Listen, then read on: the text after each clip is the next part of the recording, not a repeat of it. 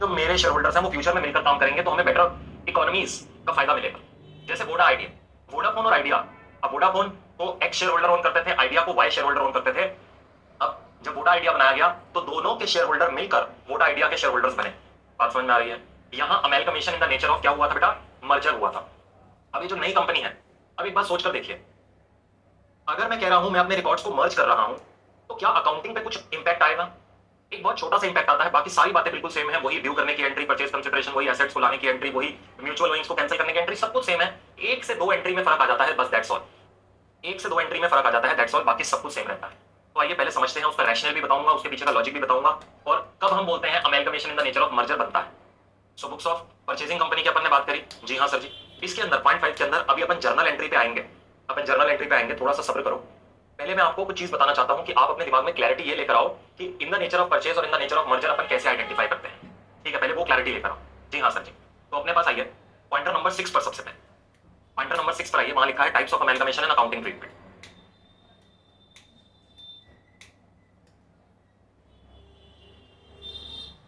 क्या बोलता है? कह रहा है there are two types of amalgamation. There are two types of amalgamation. इन दो टाइप्स के अंदर amalgamation in the nature of merger, in the nature of purchase होता है। परचेज हम आपको ऑलरेडी सिखा चुके हैं, अभी हम आपको सिखाने जा रहे हैं मर्जर क्या होता है।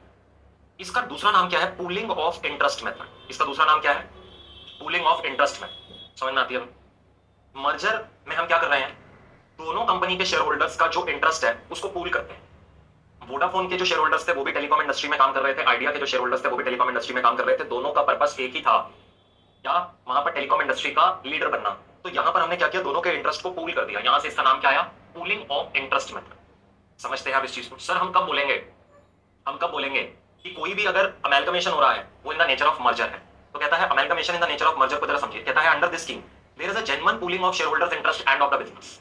यहां पर इच्छा क्या है समझने की कोशिश करिए बेटा।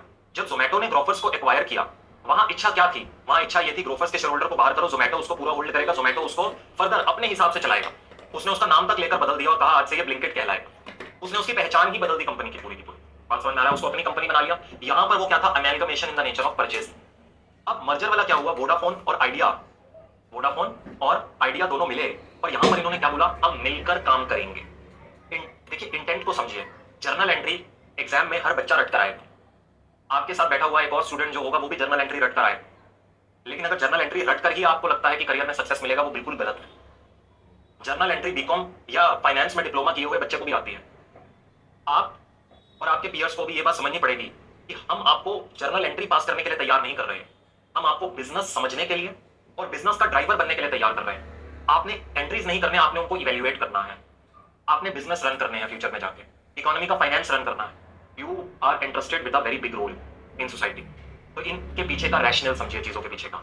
अब वो कहता है amalgamation is said to be in the nature of merger if it satisfies all of the following conditions. अगर वो ये सभी कंडीशंस को सेटिस्फाई करता है, नीचे 5 कंडीशंस लिखे हैं, कहता है पांचों के पांचों कंडीशन जब सेटिस्फाई होंगे तभी हम बोलेंगे ये amalgamation in the nature of merger है, ये amalgamation in the nature of merger है। बात समझ में आती है? आइए एक एक करके कंडीशन पढ़ते हैं। पहला कंडीशन क्या है? All the assets and liabilities of the transferor company becomes the assets and liability of the transferee company. जितना भी एसेट लायबिलिटी है ट्रांसफरर का, वो सारा ट्रांसफर होगा ट्रांसफरी के पास। देखो एक्विजिशन में क्या होता है, जब एक बंदा अपने एसेट लायबिलिटी सेल कर रहा है तो वो कुछ एसेट लायबिलिटी बेच सकता है, ऐसा हो सकता है कुछ वो ना भी बेचे। लेकिन मर्जर में क्या होता है? हम दोनों ने बोला मिलकर काम करेंगे, तो ए का जितना एसेट है, बी का जितना एसेट है, ए का जितना लायबिलिटी है, बी का जितना लायबिलिटी है, सब मिल जाएगा।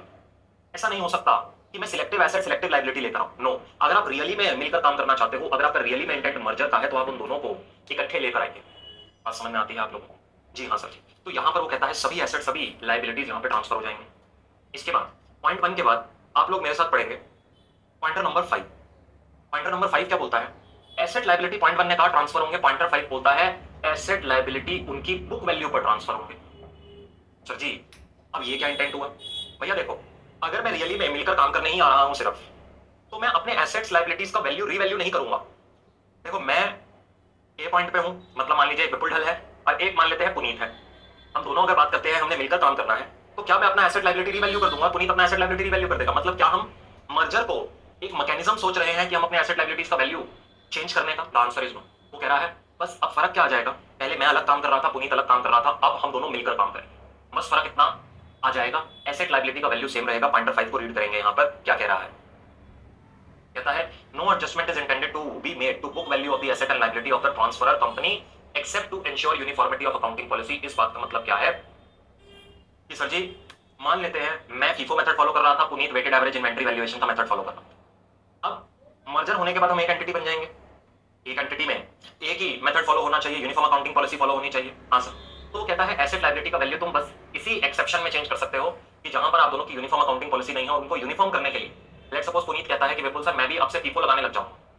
पुनीत कहता है विपुल सर आज से मैं भी फीफो लगाने लग जाऊंगा, जो मेथड आप अपने पास लगा रहे हो, तो वो अपने इन्वेंटरी के वैल्यू को वहां पर चेंज कर सकता है, दैट्स ऑल। अदरवाइज सारी एसेट सारी लायबिलिटी मर्जर में हमेशा बुक वैल्यू पे ट्रांसफर होगी। ये दूसरा कंडीशन था। नीचे मैंने इसका एक एग्जांपल भी लिखा हुआ है, इसको रीड करिए।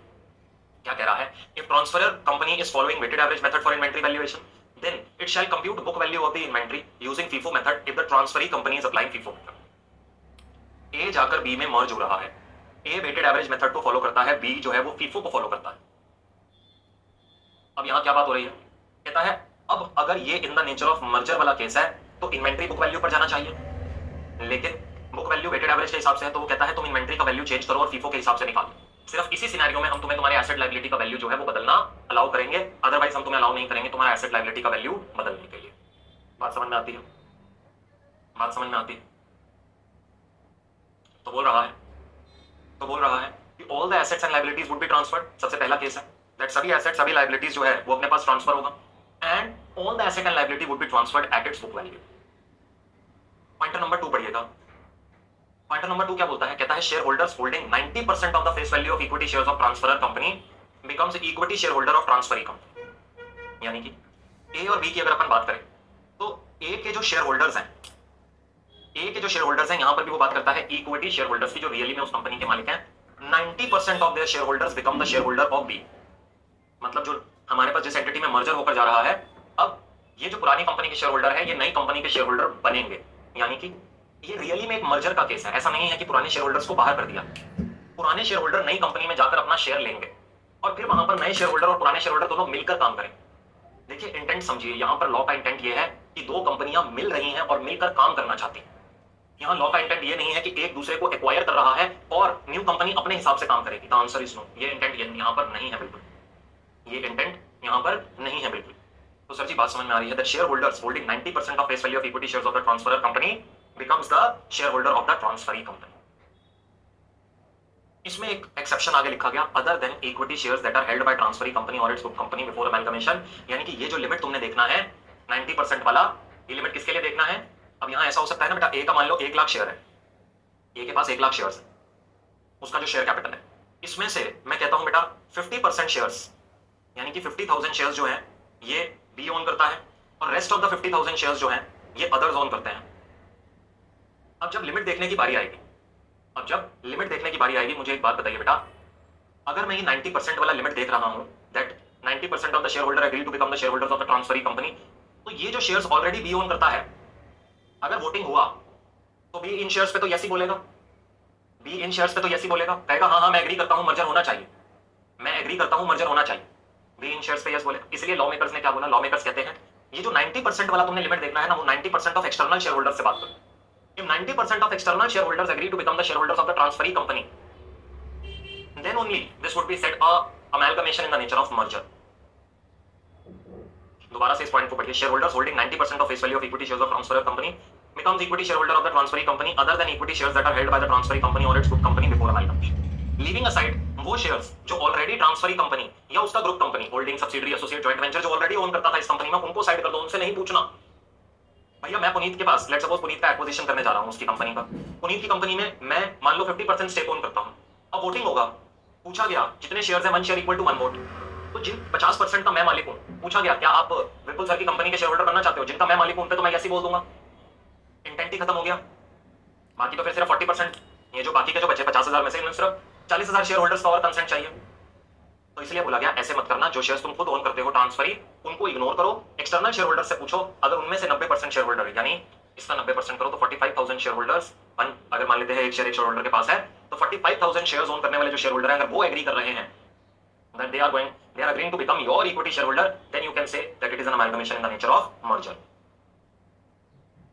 3 कंडीशन अपन ने पढ़ी, बोलो 3 कंडीशन कौन सी पढ़ी अभी तक हमने?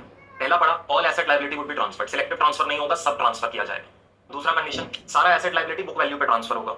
यहाँ पे कोई ये वैल्यू चेंज नहीं हो सकता, क्यों? बस हम मिलकर काम कर रहे हैं, हम दो अलग बैलेंस शीट नहीं, एक बैलेंस शीट हो, मैं वैल्यू नहीं चेंज करता। तीसरा condition, 90% of the equity share holders of the transferor company agree to become the share holders of the transferee company, leaving aside those shares that are already owned by the transferee company और its group company. मतलब 90% जो पुरानी company के share holder है वो नई company के share holder बनना चाहते हैं। आगे पॉइंट नंबर 3 इसके अंदर अब जो आ रहा है, कहता है जो तुमने शेयर होल्डर्स को पेमेंट करना है ना बेटा, वो तुम इक्विटी शेयर्स में ही कर सकते। यानी कि जो ओल्ड कंपनी के शेयर होल्डर्स थे, जो ट्रांसफरर कंपनी के शेयर होल्डर्स थे, उनको तुमने ट्रांसफरी कंपनी में कंसीडरेशन सिर्फ इक्विटी शेयर्स के थ्रू ही पे करनी। ऐसा क्यों? देखो वोडा आइडिया दोनों मर्ज हो रहा है।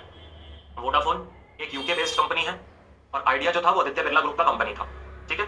नाउ नाउ यहां पर इन दोनों का मर्जर हुआ। वोडा ने अपने पास सारे इक्विटी शेयर्स रख लिए और आदित्य बिरला कंपनी को उन्होंने सारा प्रेफरेंस शेयर दे दिया। अब मुझे बताइए, क्या ये मर्जर हुआ? क्या अब ये डिसीजन मेकिंग में पार्टिसिपेट कर पाएंगे? क्या preference share holders decision making में पार्टिसिपेट करते हैं नॉर्मल कोर्स में? The answer is no. तो उन्होंने क्या बोला, कहा कि अगर तुम आइडिया को अक्वायर कर रहे हो और ये amalgamation in the nature of merger है, तो आदित्य बिरला ग्रुप को भी तुम इक्विटी शेयर्स दो नई कंपनी में, ताकि अब जो वोडाफोन के शेयर होल्डर्स आ रहे हैं और जो आइडिया के शेयर होल्डर्स आ रहे हैं, उन दोनों का डिसीजन मेकिंग में स्टेक होना चाहिए। तभी वो मर्जर कहलाएगा, तभी वो मर्जर कहलाएगा, तभी वो कहलाएगा पूलिंग ऑफ इंटरेस्ट। वरना तुम क्या कर रहे हो? तुमने तो एक्विजिशन किया है, तुमने आइडिया को एक्वायर करके अब इक्विटी शेयर्स अपने पास रखा है, तो यानी डिसीजन मेकिंग वोडाफोन तुमने अपने पास रख लिया, यानी तुमने तो amalgamation in the nature of purchase कर लिया फिर से। समझ में आ रही है बात? देखो अगर इंटेंट समझने लगोगे लॉ का, तो लॉ बड़ा इजी हो जाएगा। रट्टाबाजी से लॉ हमेशा टफ लगेगा। तो यहां पर ये था तीसरा कंडीशन, क्या बोलता है? Consideration receivable by equity share holders of transferor company is discharge by transferee company by issue of equity shares in the transferee company except, exception क्या दिया? Cash in respect of fractional shares. अब मान लेते हैं बेटा idea के 1 lakh shares से, idea के 1 लाख शेयर से अब वोडा आइडिया में इन्हीं शेयर होल्डर्स को 1/3 का रेशियो में मिल रहा है नया शेयर। तो यानी कितने शेयर मिलने हैं इनको वोडा आइडिया के? वोडा आइडिया के 33,333.33 शेयर्स मिलने हैं।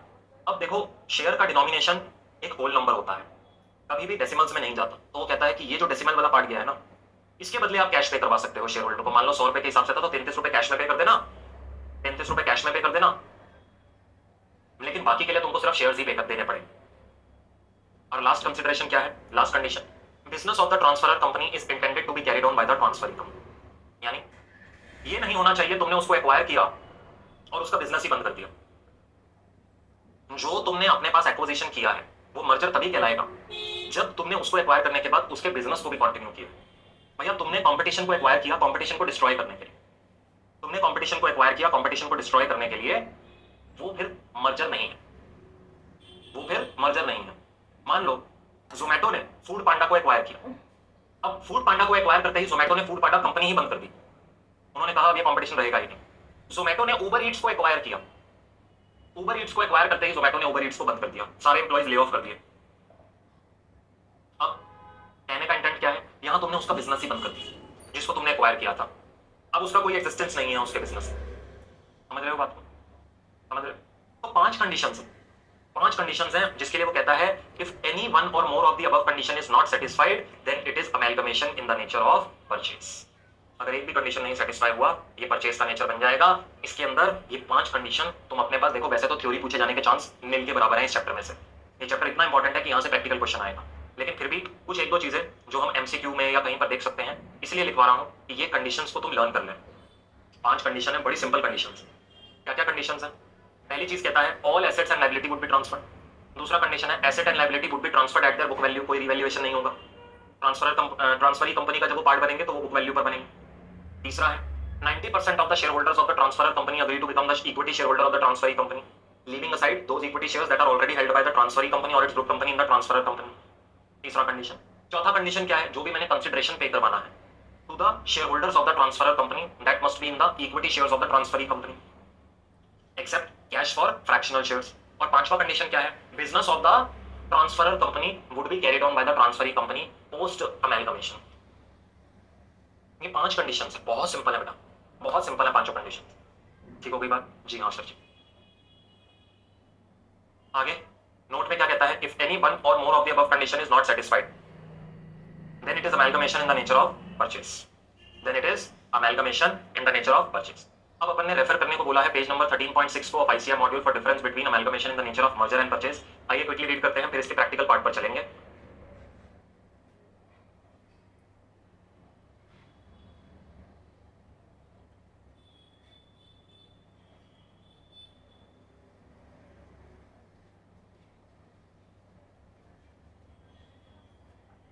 Difference between amalgamation in the nature of merger and amalgamation in the nature of purchase, दोनों में क्या डिफरेंस है?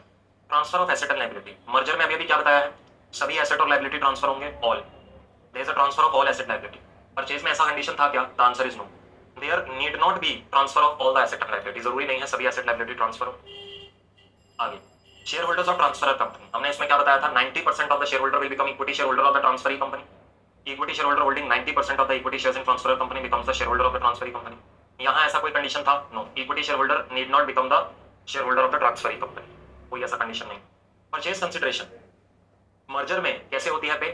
मैक्सिमम इक्विटी शेयर्स में पे होती है except for cash for fractional shares. Purchase consideration is discharge only by issue of equity shares of the transferring company except cash only for fractional shares. यहाँ पर कहता है purchase consideration need not be discharge only by the issue of equity shares. Same business merger में क्या सिखाया था, जो business acquire होगा वो सेम बिजनेस आगे कैरी करेगा ट्रांसफरिंग कंपनी। परचेज में क्या ऐसा कोई कंडीशन है? नहीं, वो चाहे तो उसका बिजनेस बंद कर सकता है। Same business of the transferor company is intended to be carried on by the transferring company. और परचेज में business of the transferor company need not be intended to be carried on by the transferring company, वो चाहे तो उसका business भी बंद कर सकता है। Recording of assets and liabilities merger में क्या होगा, वो बुक वैल्यू पर रिकॉर्ड होगा, book value as it was appearing in the books of transferor. Asset and liability are recorded at their existing amounts, existing carrying amounts, except where adjustment is required to ensure uniformity of accounting policy. Adjustment जो है that is required to perform uniformity of accounting policy. आगे बोल रहा है asset and liability taken over are recorded at their existing carrying amounts or the basis of their fair value. मतलब कहने का intent क्या है यहाँ पे? कहने का इंटेंट क्या है? परचेज में अग्रीड वैल्यू हो सकते हैं इन द बुक्स ऑफ परचेजर, या रिवाइज वैल्यूज हो सकते हैं, या बुक वैल्यू हो सकता है, कुछ भी हो सकता है, लेकिन मर्जर में एक्विजिशन हमेशा बुक वैल्यू पर होगा।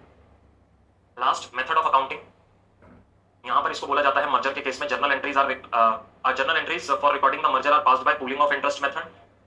और यहां पर क्या होगा, journal entries for recording the purchase of business are passed by purchase method. वहां परचेज मेथड फॉलो हो रहा था, यहां pooling of interest method follow हो रहा है। पूलिंग ऑफ इंटरेस्ट, अपने इंटरेस्ट को पूल कर देना, वो वाला मेथड फॉलो हो रहा है, और यहां परचेज मेथड फॉलो। समझ में आ रही है बात? यह डिफरेंस था। अब सर इनकी जर्नल एंट्री समझा दीजिए आप, मर्जर का जर्नल एंट्री समझा दीजिए आप। आइए बेटा, अब पॉइंटर नंबर 5 पे आइए, मैं फिर पॉइंटर 6 पे आऊंगा बेटा, अभी फिर पॉइंटर 6 पे आऊंगा, इसीलिए तुमको नोट्स पहले दिए जाते हैं लिखने के लिए, ताकि तुम लोग जो है अपने पास, जब मैं एक्सप्लेनेशन दे रहा हूं, क्योंकि अब क्या है ना बेटा, इंटर का अकाउंट्स फाउंडेशन से बहुत अलग है। यहाँ की कॉम्प्लेक्सिटी क्या है, तुम एक टॉपिक पढ़ रहे हो और वो एक टॉपिक 10 टॉपिक से कनेक्टेड है। तुम कहोगे सर नोट्स में आप ऊपर जाते हो नीचे जाते हो, ऊपर जाते हो नीचे जाते हो, क्यों क्यों करना पड़ता है मुझे ऐसा? क्योंकि एक टॉपिक ही 4 टॉपिक्स 5 टॉपिक से कनेक्टेड है। जब उनका नॉलेज नहीं होगा तब तक ये नॉलेज नहीं पूरा मिलेगा। इसलिए कहता हूं नोट्स अपने पास पहले ही लिख कर आओ क्लास में, ताकि जब मैं एक्सप्लेन कर रहा हूं तो तुम अपनी पेंसिल से वहां एक्सप्लेनेशंस डाल सको, उनका मार्किंग कर सको। समझे? जी हाँ। तो बुक्स ऑफ परचेसिंग कंपनी के लिए क्या बोलता है, कह रहा है जर्नल में the amount which is due to liquidator of the transferor company. देखो मर्जर अब मैं सिखाने जा रहा हूं, तो मर्जर का 90% एंट्री वही है जो तुम इन द नेचर ऑफ परचेज में सीख कर गए हो। 2 एंट्रियां मैं डिफरेंट करूंगा, 2 या 3 एंट्रियां मैं डिफरेंट करूंगा, वो भी कोई सब्सटेंशियली डिफरेंट नहीं होगी, रहेगा इंटेंट सेम ही, बस थोड़ा सा वेरिएशन होगा। ठीक है जी हाँ। तो यहां पर आते हैं, amount due to the liquidator of the transferor company, entry बिल्कुल सेम है, business purchase account debit to liquidator of the transferor company, कोई बदलाव नहीं है।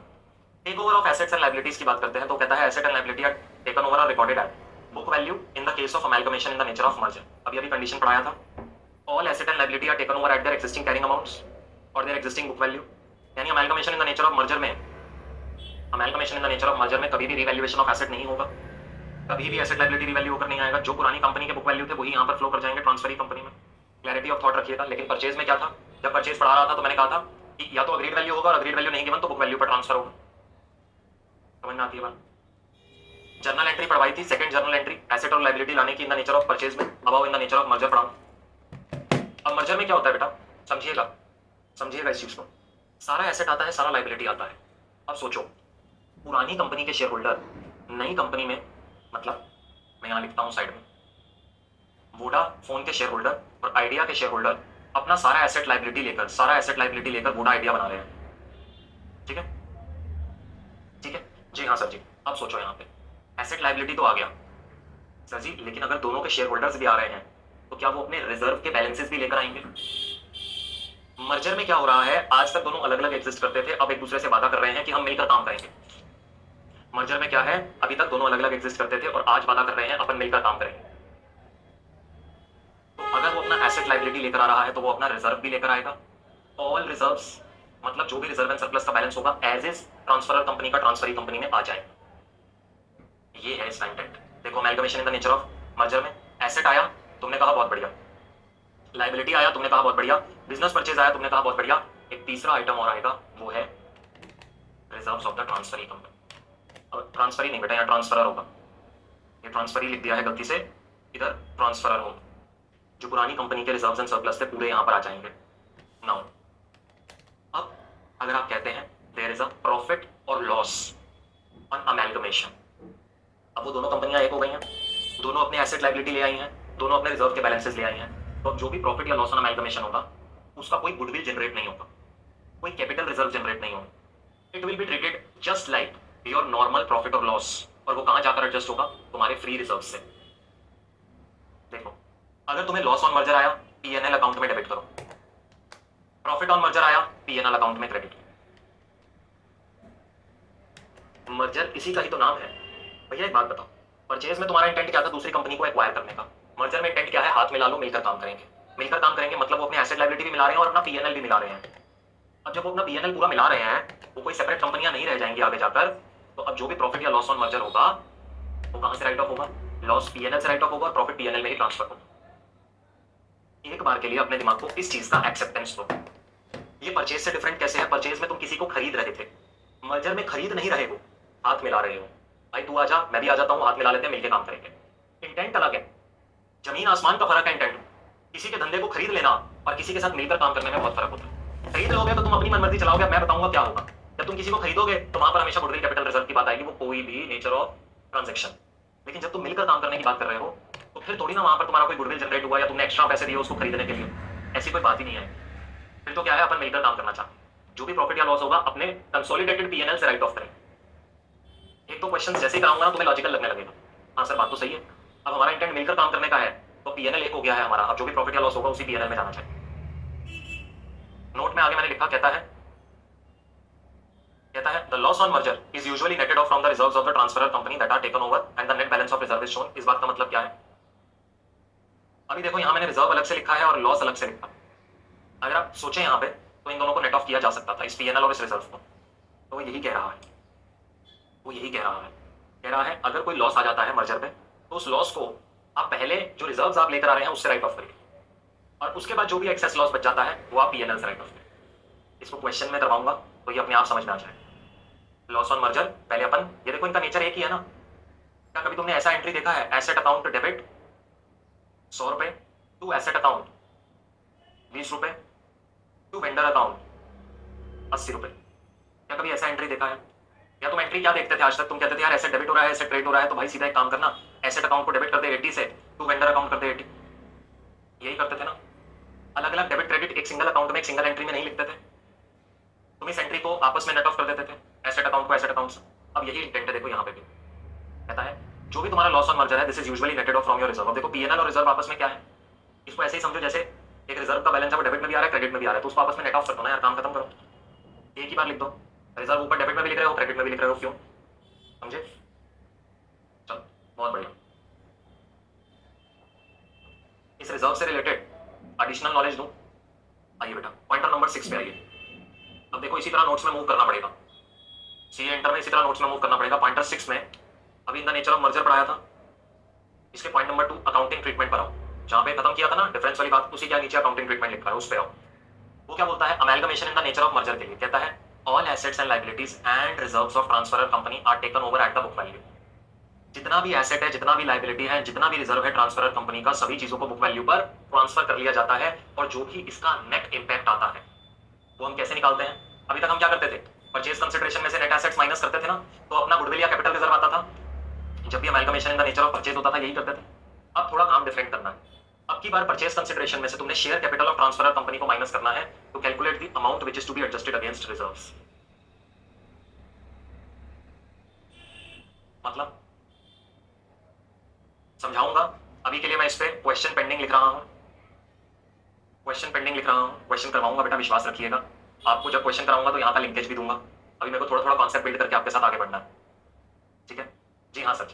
तो यहाँ पर मर्जर में क्या होता है, सारा रिजर्व ट्रांसफर हो जाता है, पीएनएल सारा पीएनएल का बैलेंस ट्रांसफर हो जाता है, एसेट ट्रांसफर हो जाता है, लायबिलिटी ट्रांसफर, सब कुछ ट्रांसफर हो जाता है यहाँ पे। यहां ट्रांसफरर कंपनी के पास कुछ नहीं बचता, सब कुछ चीजें ट्रांसफर कर दी जाती है। इसका इंटेंट अभी आपको एक्सप्लेन करना है, कोई दिक्कत नहीं है, बता देंगे। इसके नीचे कोई पॉइंट तो नहीं रह गया? नहीं। एंट्री, अब पॉइंट नंबर 5 में वापस आइए, जहां पर एंट्री नंबर 2 डिस्कस कर रहे थे। ये रहा एंट्री नंबर 2, एंट्री नंबर 2 आ गया। अगला थर्ड एंट्री बिल्कुल सेम है, वो जो तुमने इन द नेचर ऑफ परचेज में सीखा था, लिक्विडेटर को पेमेंट करा दो, cash, preference shares, equity, security premium जो भी रहेगा वो आपको परचेज कंसिडरेशन निकला हुआ निकालना पड़ेगा। क्वेश्चन में दिया होगा क्या है परचेज कंसिडरेशन, वो यहाँ पे आ जाएगा। डिवेंचर होल्डर को कोई पेमेंट हो रहा है वो अपने पास करवा दो, सेम एंट्री है।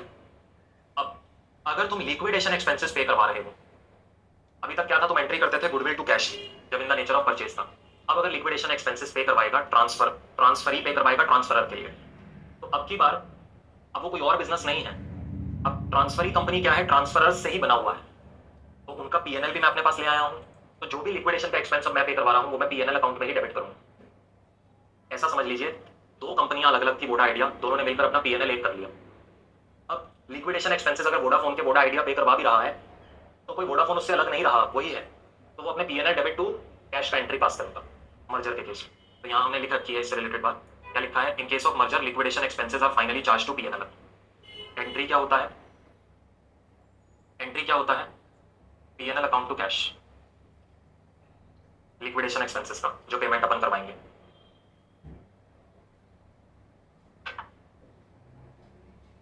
इंटर कंपनी ओइंग्स का सेम एंट्री है, liability to debtor, value of stock के लिए सब कुछ सेम है। Inter company owings, mutual owing cancel करने के लिए सब कुछ सेम है, मतलब बाकी सब कुछ सेम है, सिर्फ दो एंट्रियों में वेरिएशन था। सर फटाफट से क्वेश्चन करवा दीजिए, क्योंकि अब क्या है ना, हमसे रुका नहीं जा रहा। ठीक है मेरे बेटे।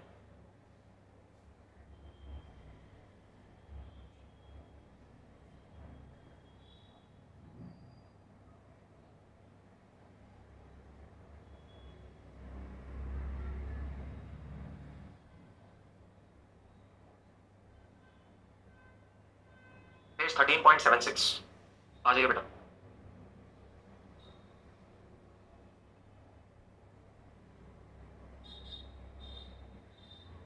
पेज 13.76 क्या कह रहा है, कहता है following were the balance sheet of P limited and B limited as at 31 March 2011। Long term borrowing, current liability में trade payable, short term provisions. Assets में बोलता है नॉन करंट एसेट्स में पीपी, करंट एसेट में inventory, trade receivable, cash and cash equivalent. आगे notes to accounts का information देता है, शेयर कैपिटल गिवन है रुपीज इन लैक्स में।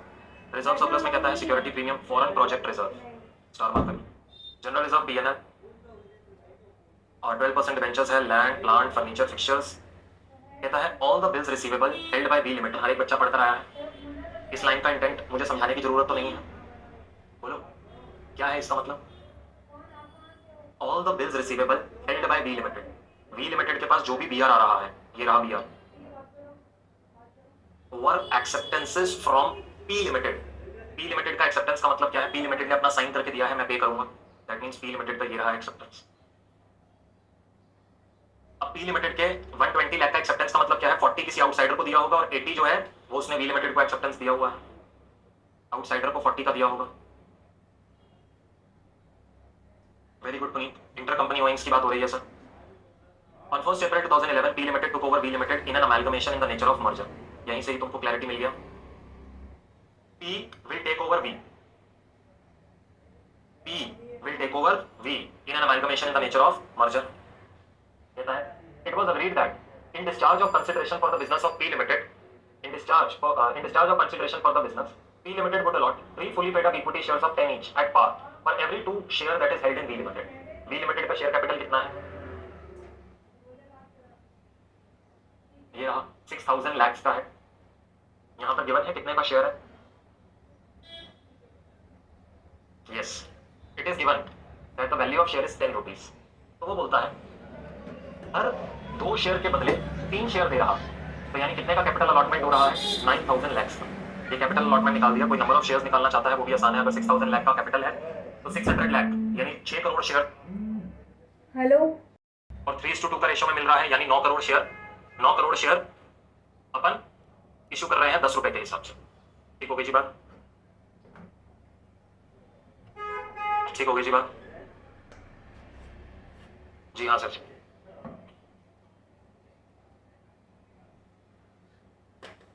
It was also agreed that 12% debentures in B Limited would be converted into 13% debentures in P Limited of the same amount and same denomination. ठीक है, debenture वालों को debenture दे देंगे. Expenses of amalgamation amounted to 1 lakh were borne by P Limited. ठीक है, P Limited ने expense of liquidation पे किया है. जर्नल एंट्री क्या होगा बेटा? P&L to cash. 1 lakh 1 lakh. और फाइनली वो आपसे क्या मांग रहा है? You are required to pass the journal entry in the books of P Limited. यानी ट्रांसफरी की बुक्स बना कर दो. And prepare P Limited's balance sheet immediately after merger. अच्छा क्वेश्चन है, इंपॉर्टेंट मार्क करिए. मर्जर को अगर आपको फुल फ्लेजेड समझना है, एग्जाम से पहले आप इस क्वेश्चन को एक कर लीजिए, मर्जर आपको क्लियर हो जाएगा. बहुत बढ़िया सवाल है, आइएगा अपने पास.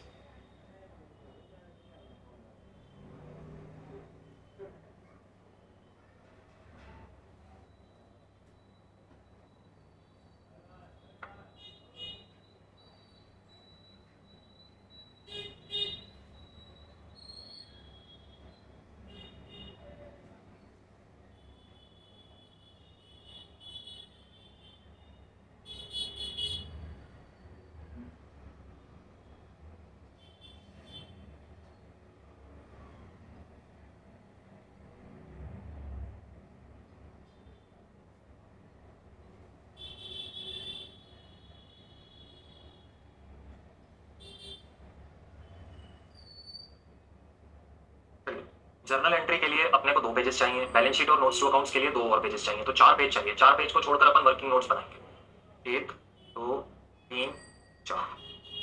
4 के बाद भी मैं थोड़ा सा पेज और छोड़ देता हूं. कंप्यूटेशन ऑफ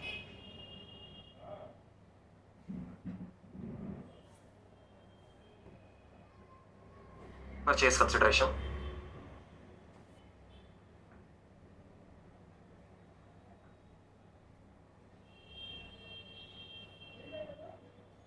₹6 करोड़ शेयर्स थे.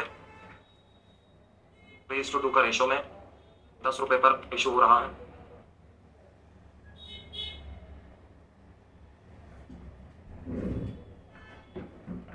परचेज कंसिडरेशन क्या है? 90 करोड़. परचेज कंसिडरेशन क्या है? 90 करोड़.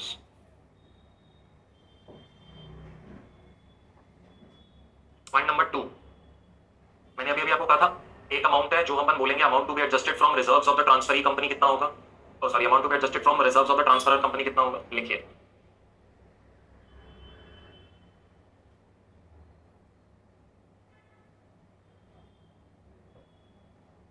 क्या लिखा था तुम्हारे नोट्स में? That is equal to what? Purchase consideration minus share capital of transferor company.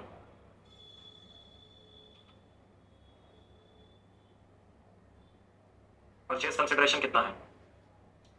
अब 90 करोड़ का परचेज कंसिडरेशन है, इसको रुपीज इन लैक्स लिख दो. 90 करोड़ रुपीज इन लैक्स में 9000 लाख होता है. और शेयर कैपिटल क्या है ट्रांसफर कंपनी का? 6000 लैक्स. तो यानी कि मेरे को कितना लॉस हो रहा है ऑन अमेलगमेशन, जो मैं रिजर्व से एडजस्ट कर लूंगा ट्रांसफर के. भैया 6000 रुपए की कैपिटल ओन करने वालों को 9000 रुपए दे रहा हूं, तो कितना लॉस हो रहा है मुझे? मैं एक्स्ट्रा कितना पे कर रहा हूं? 3000 रुपए. ये 3000 रुपए मैं कहां से राइट ऑफ करूंगा? रिजर्व्स में से. लेकिन पहले किसके रिजर्व यूटिलाइज करूंगा? ट्रांसफरर कंपनी जिसको एक्वायर कर रहा हूं, उसी के रिजर्व्स में से सबसे पहले ये 3000 पे राइट ऑफ करूंगा. अगर उसका बैलेंस इनसफिशिएंट रहता है फिर अपने रिजर्व्स में से राइट ऑफ करूंगा. धीरे धीरे आपको समझ में आएंगी बातें, 1-2 क्वेश्चंस लगेंगे बेटा. लिख लिया? चलिए,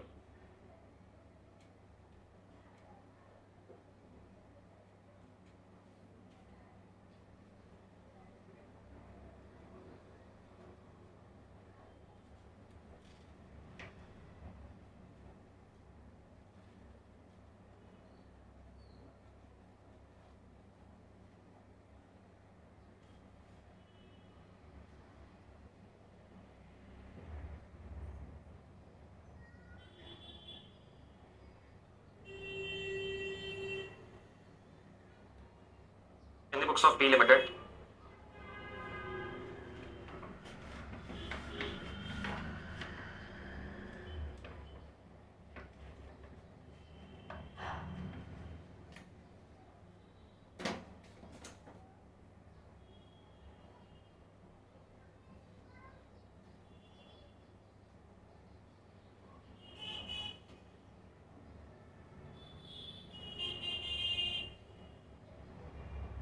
स्टार्ट करें.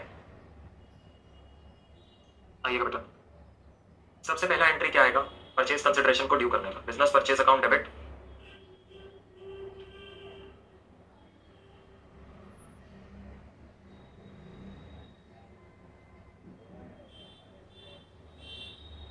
To liquidator of B limited, working note number 1,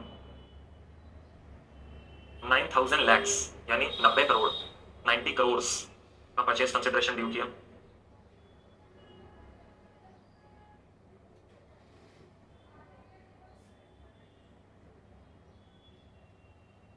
pointer number 2, अब यहां क्या करेंगे, सारा एसेट, सारा लाइबिलिटी, सारा रिजर्व ट्रांसफरर कंपनी का एज इज उसके बुक वैल्यू पर लेकर आएंगे। शुरू हो जाइए। सारा एसेट, सारा लाइबिलिटी, सारा रिजर्व एक एक कर लेकर आइए। यहाँ इंस्टीट्यूट ने एक अच्छा काम क्या किया है, उन्होंने सीधा सन्ड्री एसेट्स के नाम से एंट्री किया है। उन्होंने अपने पास सीधा सन्ड्री एसेट्स के नाम से एंट्री किया है और कहा है सारा एसेट, सारा लाइबिलिटी वो एक ही बारी में लेकर आ रहे हैं। क्यों? क्योंकि वो सब बुक वैल्यू पर आ रहा है। इन्वेंट्री हो गया, तुम्हारा ट्रेड रिसीवेबल हो गया, तुम्हारा कैश ऑफ कैश इक्विवेलेंट हो गया, ये 12,500 पे डायरेक्टली आ गया। 2 लाइनें, 2 से 3 लाइनें छोड़िएगा और यहाँ पर लिखिएगा सन्ड्री लाइबिलिटी।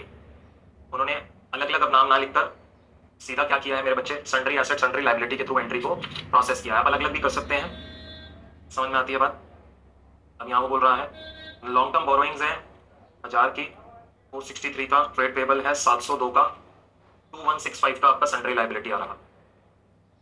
ठीक है मेरे बेटे। इसके बाद उन्होंने बिजनेस परचेज का एंट्री लिखा है, बिजनेस परचेज का नाम लिखा है, सॉरी 9,000। और इसके बाद उन्होंने कहा है हम सभी के सभी रिजर्व्स ले आएंगे, जैसे कि यहां पर देखिएगा टू फॉरेन प्रोजेक्ट रिजर्व। अब ये क्या है, कोई ना कोई स्टैट्यूटरी रिजर्व रहा होगा।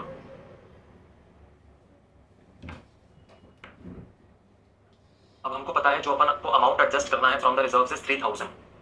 अगर वो बच्चे को किसी को देखना है तो मैं बता भी देता हूं कैसे निकला। पहले आप यहाँ पीएनएल तक लिख लीजिए। सब कुछ उसका एसेट, लाइबिलिटी, रिजर्व सब कुछ ट्रांसफरर कंपनी का, ट्रांसफरी कंपनी के पास आ जाएगा। अब जो मैं लिखने जा रहा हूं बेटा आप लोग नहीं लिखेंगे। अब इसके बाद जो मैं लिखने जा रहा हूं ऑरेंज पेन से, ये देखो मैं जनरल रिजर्व भी ले आया।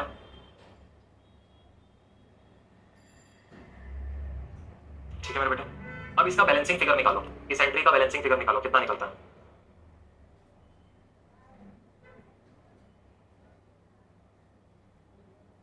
ये 15,500 निकल रहा है, बैलेंसिंग फिगर आता है 3,000, जो कि उसने मुझे कहा था ये जो एक लॉस रिप्रेजेंट कर रहा है अमेलगमेशन पे, इसको कहां से राइट ऑफ करना, पीएनएल या फिर रिजर्व ऑफ द ट्रांसफरर से सबसे पहले राइट ऑफ करना। अगर मैं यहां लिखता हूं जनरल रिजर्व, मैं उसके रिजर्व में से, फ्री रिजर्व में से ये लॉस को राइट ऑफ कर रहा हूं। तो अब एक बात बताइए, क्या आपको यहां देखने को मिल रहा है कि ये 3,000 पहले तो निकल कर आया है। ये 3,000 का वैल्यू मैं पहले ही वर्किंग नोट में निकाल चुका था।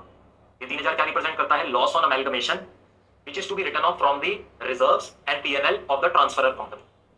अगर आपने मेरा वर्किंग नोट नंबर 2 देखा हो तो उसमें ऑलरेडी मैं ये निकाल चुका था कि मुझे कितना बैलेंस रिजर्व में से एडजस्ट करना है, वो है 3,000 रुपए का।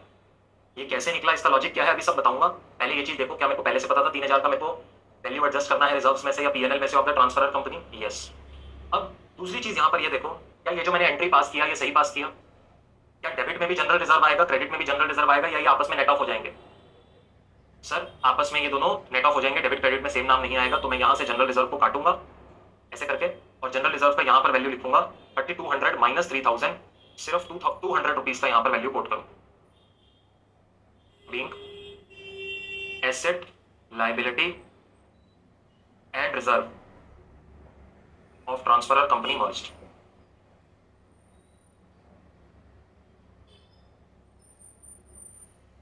समझे? समझे? देखो ये 3,000 एक लॉस रिप्रेजेंट कर रहा था। मैं उसके सारे एसेट ले आया, सारे लाइबिलिटीज ले आया, इंक्लूडिंग रिजर्व्स भी ले आया और अपना मैंने परचेज कंसिडरेशन भी क्रेडिट साइड पे डाल दिया। तो नेट में मुझे एक लॉस हो रहा था 3,000 लैक्स का, यानी 3 करोड़ का लॉस हो रहा था, 30 करोड़ का सॉरी लॉस हो रहा था। तो मैंने इस 30 करोड़ के लॉस को कहां से राइट ऑफ किया, उसी के जो रिजर्व्स में लेकर आ रहा था उसी के रिजर्व्स में से मैंने 30 करोड़ राइट ऑफ करके 2 करोड़ रुपीस का नेट रिजर्व बैलेंस मैं अपनी बुक्स में ले आया हूं, 200 लैक्स एक तरीके से। इसके बाद आगे की जिंदगी बिल्कुल मजामा है, कुछ नहीं है आगे। अब आगे वो कहता है लिक्विडेटर को पेमेंट करवा दो।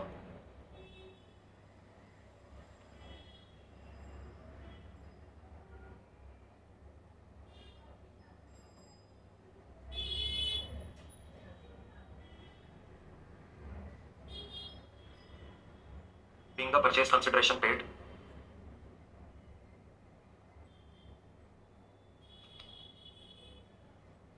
इसके बाद वो क्या बोल रहा है, डिबेंचर होल्डर्स को पेमेंट करवा दो।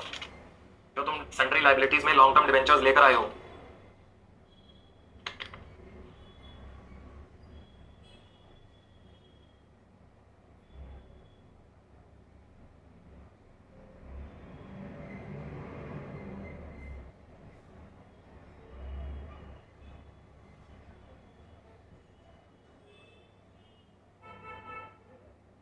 being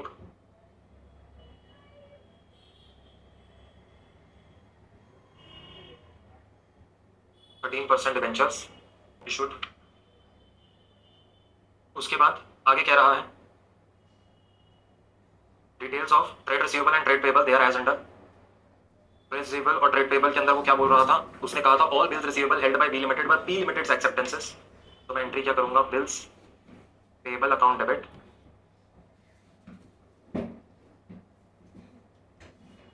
to bills receivable account.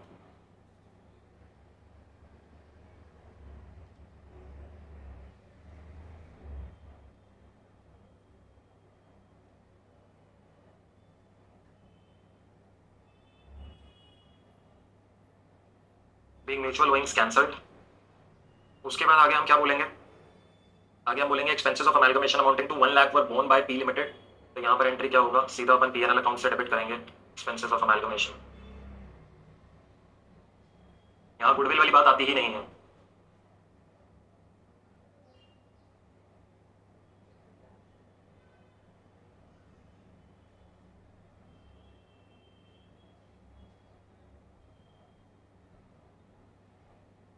Done हो गया।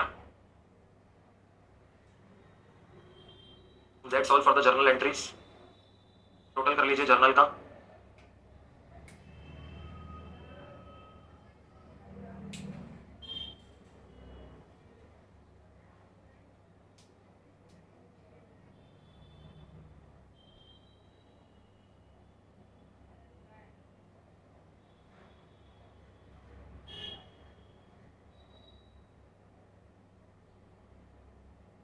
डन है बेटा।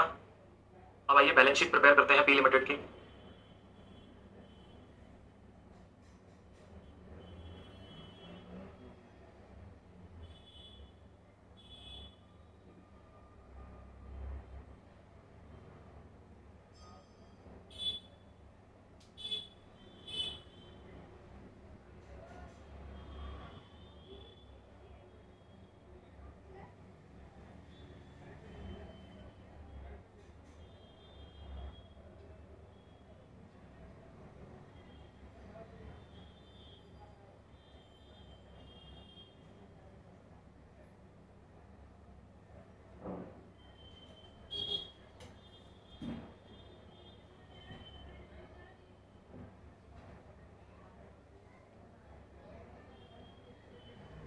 बेटा आप यहाँ पर अपना जो बैलेंस शीट बनाने के लिए आप अपने क्वेश्चन की भी मदद ले सकते हैं।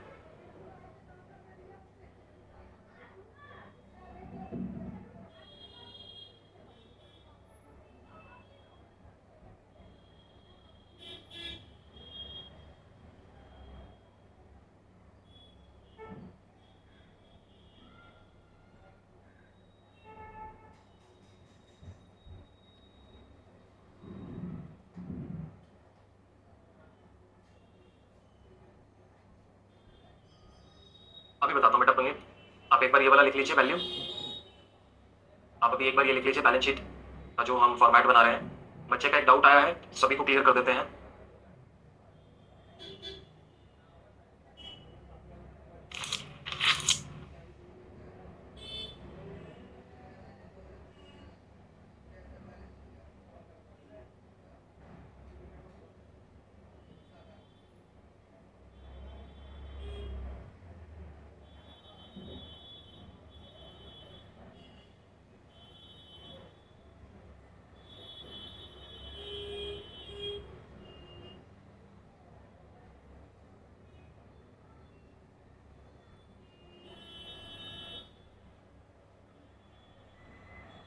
बैलेंस शीट का फॉर्मेट लिख लिया सभी ने।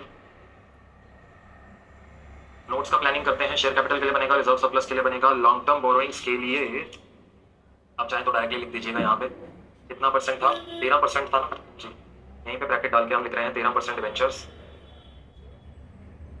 1000 लाख के। ट्रेड पेबल्स के लिए आप यहाँ पर कंप्यूट कर दीजिए। शॉर्ट टर्म प्रोविजंस के लिए हम टोटल कर लिख दीजिए।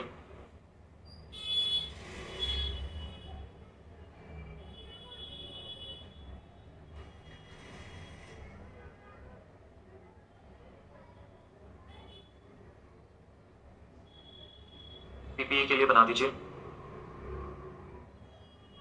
इन्वेंट्री भी डायरेक्टली लिख दीजिए।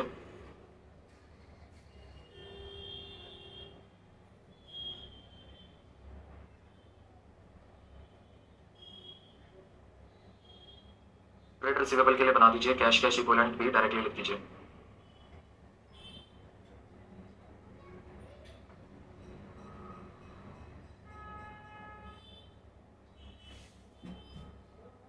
चलिए,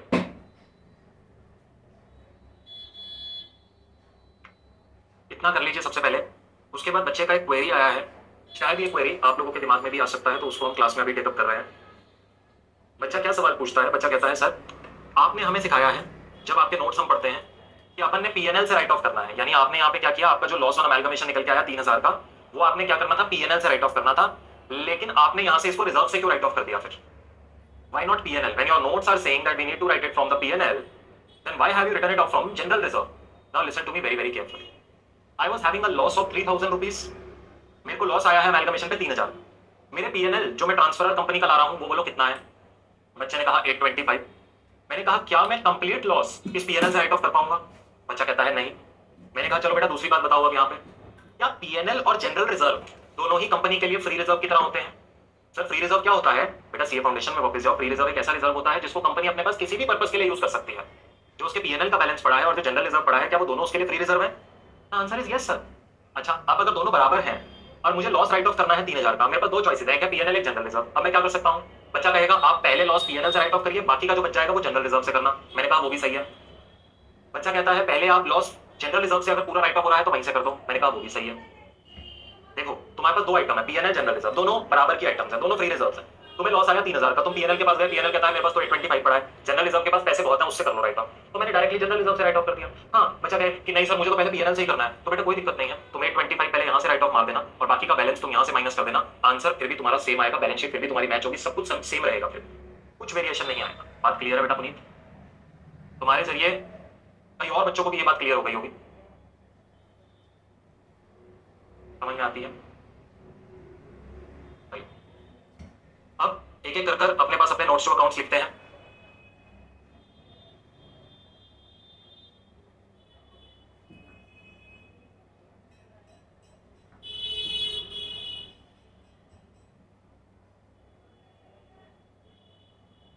शेयर कैपिटल के अंदर 15,000 लाख 15,000 लैक्स का कैपिटल ऑलरेडी पड़ा हुआ था, तो मैं यहां पर 9,000 का और कैपिटल इशू किया तो 24,000 का कैपिटल हो गया है। That means I have how many shares now?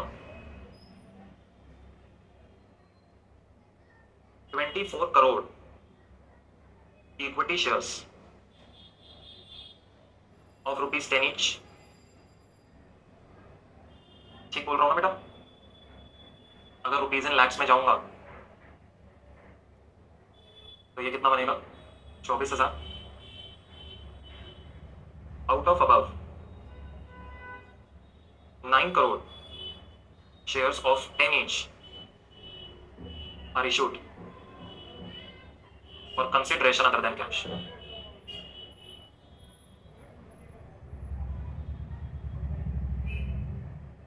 Point number 2 है रिजर्व एंड सरप्लस का। अब रिजर्व एंड सरप्लस में देखिए, एक तो सिक्योरिटी प्रीमियम आ रहा है,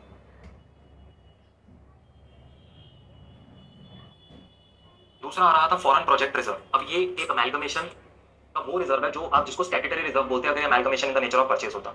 अब सर वहां यहां पर वो वाली एंट्री क्यों नहीं हुई amalgamation adjustment reserve to statutory reserve? Because in case of merger all reserves also get transferred, तो मुझे अलग से उसको लाने की जरूरत ही नहीं पड़ी। जब पहले ही एंट्री में सब एसेट लायबिलिटी के साथ रिजर्व भी आ गए तो मुझे उसको यहां पर अलग से क्रिएट करने का जरूरत ही नहीं पड़ा। बात समझ में आ रही है? देखिए मर्जर और amalgamation in the nature of purchase बहुत सिमिलर है, 90% मिलता है except for few changes.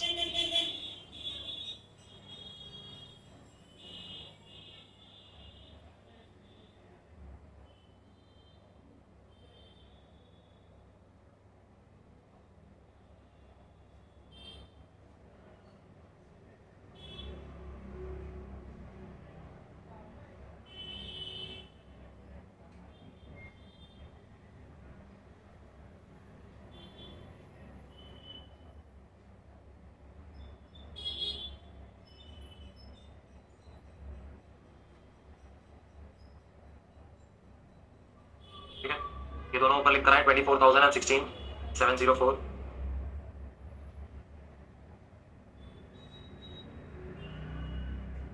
Trade payables, PP और ट्रेड रिसीवेबल। अब देखो ट्रेड पेबल में बड़े ध्यान से देखिएगा, हमारे पास बिल्स पेबल है 120 का था, लेकिन 80 का म्यूचुअल ओइंग्स अपन ने कैंसिल किया। एंट्री कर दिया था ना बिल्स पेबल वाला, हाँ कर दिया था, अपन ने कैंसिल किया bills payable. And trade creditors कितने के हैं?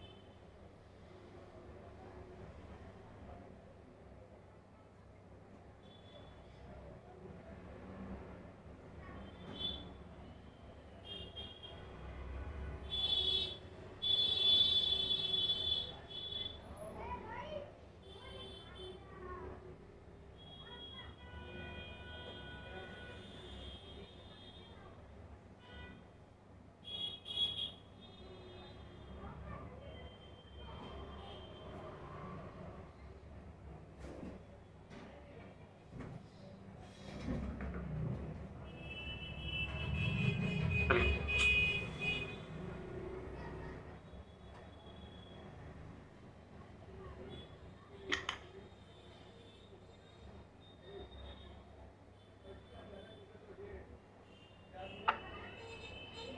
डन है बेटा, लिखिए इसको जाकर अब वहां पे इन सारे फिगर्स को कोट करिए और बताइए बैलेंस शीट मैच हुआ या नहीं हुआ।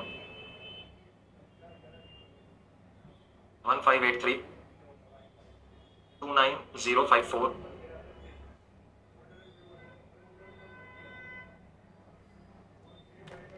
एंड ट्रेड रिसीवेबल आ रहा है 3140।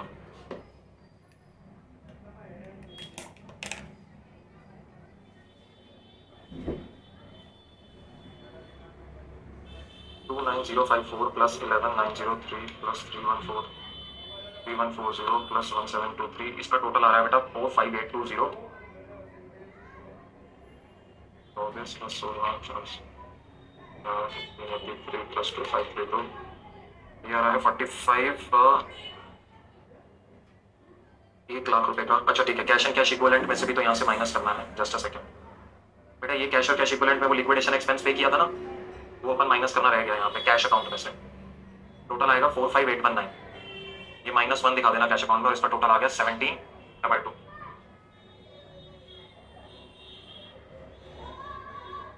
बताइए बच्चे कंप्लीट हो गया? हाँ, वो 1 लाख रुपए का डिफरेंस पुनीत बेटा, वो कैश में अपन ने माइनस नहीं किया था ना, हमने लिक्विडेशन एक्सपेंस पे करे, लेकिन कैश में अपन ने माइनस ही नहीं किया, तो उसका था। एक सेकंड, मैंने कुछ गलत लिख दिया क्या यहाँ पे? कैश का बैलेंस आ रहा था 1114 प्लस 609 1723 -1, बिल्कुल ठीक लिखा है, बिल्कुल ठीक लिखा है। मैं इसको रीराइट कर देता हूँ यहाँ पे। This is 1114 plus 609 -1। Sir 1 minute के लिए जरा यहाँ पर रुकिए और सोचिए कि आपने क्या नया काम किया है। What was different from what you were learning till last class? ऐसे ही सिर्फ अपने पास चीजों को नोट डाउन करके मत जाइए क्लास में से। बेटा आपने पता है डिफरेंट क्या किया है अभी? आपने जो ये सारा काम सेम रहता, बस अब क्या है, जब तुम मर्जर करने गए ना, एंट्री 2 बदल गई। एंट्री 2 में जहां पर क्या होता था, पहले सिर्फ एसेट लायबिलिटी आता था, अब तुम उसके रिजर्व भी लाने लग गए। क्यों? क्योंकि तुमने कहा अब दोनों कंपनियां अलग नहीं है, एक ही होने वाली हैं, तो उसके रिजर्व भी यहां पर ले आओ। ये नया हुआ है यहाँ पे। क्या बात समझ में आती है? क्या बात समझ में आती है? जी हाँ सर जी। एक काम करते हैं बेटा, और क्वेश्चन देखते हैं और अच्छा अंडरस्टैंडिंग आएगा। आज का रोड मैप देखिए, प्रैक्टिकल क्वेश्चन नंबर 9 देखते हैं। ये इतना अमेजिंग क्वेश्चन है ना, इतना अमेजिंग क्वेश्चन है। कॉन्सेप्ट बिल्डिंग के लिए जो बच्चा इन डेप्थ जाना चाहता है ना अमेलगमेशन में, ये क्वेश्चन उसके लिए है। आइए सॉल्व करते हैं और देखते हैं ऐसा क्या ये क्वेश्चन बता रहा है जो सर इतना कह रहे हैं कि इतना अमेजिंग क्वेश्चन है ये। चलो, जिस बच्चे को कॉन्सेप्ट डेप्थ में बनाने हैं ना, वो इस क्वेश्चन को ध्यान से पढ़िएगा। बोलता है the following are the balance sheets of yes and no limited as at 31 March 2011। Yes limited, no limited, rupees in करो। करंट लायबिलिटी है, नॉन करंट एसेट में पीपी, नॉन करंट इन्वेस्टमेंट आ रहा है, करंट एसेट्स आ रहे हैं। Share capital में होता है, इशूड कैपिटल में दिख रहा है, ले रखा है, इसकी बोरोइंग्स में आ रहा है। और फिर पीपीई का वैल्यू आ रहा है, इतना है, और एक्यूमुलेटेड डेप्रिसिएशन माइनस होकर नेट ब्लॉक इतने का आ रहा है। नॉन करंट इन्वेस्टमेंट्स में कहता है 30 lakh equity shares of 10 each, इसने शेयर्स खरीद रखे हैं। और long term loan to no limited, इसने लोन दे रखा है। ये आप एक चीज यहाँ देख पा रहे हैं, क्या ये 10 रुपए का लोन जो वाई ने लिया है, सॉरी जो नो ने लिया है यस से, वो यस के एसेट साइड पे और नो के लायबिलिटी साइड पे दिख रहा है। ये क्या चीज है? म्यूचुअल ओइंग्स। यस ने वाई को लोन दिया हुआ है, तो वाई की बुक्स में वो एक एसेट की तरह दिख रहा है और एन की बुक्स में वो एक लायबिलिटी की तरह दिख रहा है। यानी यस की बुक्स में एसेट है, लोन्स एंड एडवांसेस, और नो की बुक्स में क्या है, वो लायबिलिटी। चलिए, अब ये उसने अलग से नहीं बोला, लेकिन यहां से अपन को क्वेश्चन रीडिंग से पता लगना चाहिए कि ये म्यूचुअल ओइंग्स है। स्टार मार्क कर लीजिए, पेपर से पहले एक बार देखकर जाइएगा। इंस्टीट्यूट कभी कभार आपको आउटराइट नहीं बताएंगे कि ये म्यूचुअल ओइंग्स कैंसिल करो, वो बैलेंस शीट में डाल के दे देंगे। थोड़ा आंखें खुली रखना कि म्यूचुअल ओइंग्स है, कैंसिल आउट की एंट्री पास करनी है, ठीक है। नाउ कहता है on that date yes limited absorb no limited. Yes limited ने नो लिमिटेड को एब्सॉर्ब किया। The members of no limited are to get 1 equity share of yes limited issued at a premium of 2 per share for every 5 equity shares held by them in no limited। मतलब अब know limited के जो share holders हैं, ये रहे 5 करोड़ की capital है, 10 रुपए का एक शेयर है, तो कितने शेयर्स हो गए बेटा? 50 लाख शेयर्स हो गए। कह रहा है हर 5 शेयर के बदले उसको यस का एक शेयर मिलेगा। हर 5 के बदले एक शेयर मिलेगा, यानी 10 लाख शेयर इशू हो रहे हैं। और शेयर कितने पे इशू होगा? 2 रुपए के प्रीमियम पे। 2 रुपए के प्रीमियम यानी 12 रुपए पे इशू प्राइस निकल कर आएगा। तो परचेज कंसिडरेशन निकाल सकते हो, 10 लाख शेयर्स इंटू 12 रुपए पर शेयर, विच इज 1.2 करोड़ का परचेज कंसिडरेशन। बोलो बोलो, चलो बहुत ही बढ़िया। Necessary approvals were obtained. You are asked to pass journal entries in books of the two companies to give effect to the above if amalgamation is in the nature of merger। उसने खुद आपको बोला है amalgamation is in the nature of merger। amalgamation is in the nature of merger। आपको journal एंट्रियां दोनों की किताबों में करनी, नो के बुक्स को क्लोज भी करना है और यस के बुक्स में इनकॉर्पोरेशन भी करना है। चलिए आइए शुरू करें, बड़ा सिंपल है बेटा। क्वेश्चन नंबर 9 मेरा फेवरेट क्वेश्चन है, क्योंकि ये इतने जोरदार तरीके से कॉन्सेप्ट तुम्हारा बनवाएगा ना, ये तुम्हें बुक्स ऑफ ट्रांसफरर और ट्रांसफरी दोनों बनाने के लिए बोल रहा है, और वो भी जर्नल एंट्री पे। जर्नल एंट्री एक बेस्ट तरीका है अपना बेस बिल्डिंग के लिए।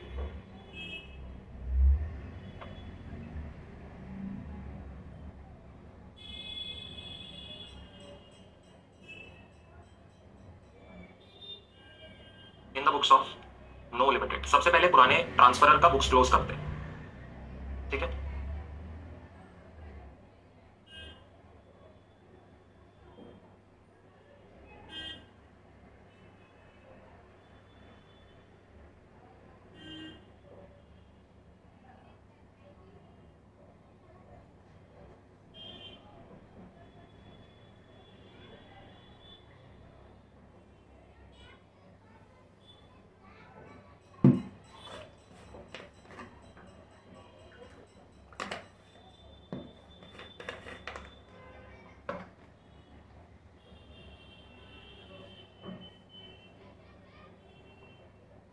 आइएगा मेरे बेटे, शुरू करो। एक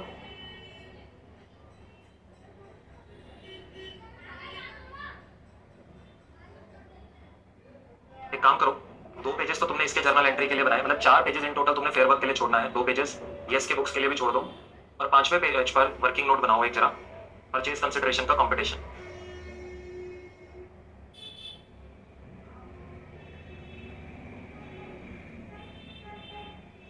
लाख शेयर्स थे, 1:5 का रेशियो था, और 2 रुपए के प्रीमियम पे एक शेयर इशू हो रहा था, तो 1.2 करोड़ का मेरा परचेज कंसिडरेशन था।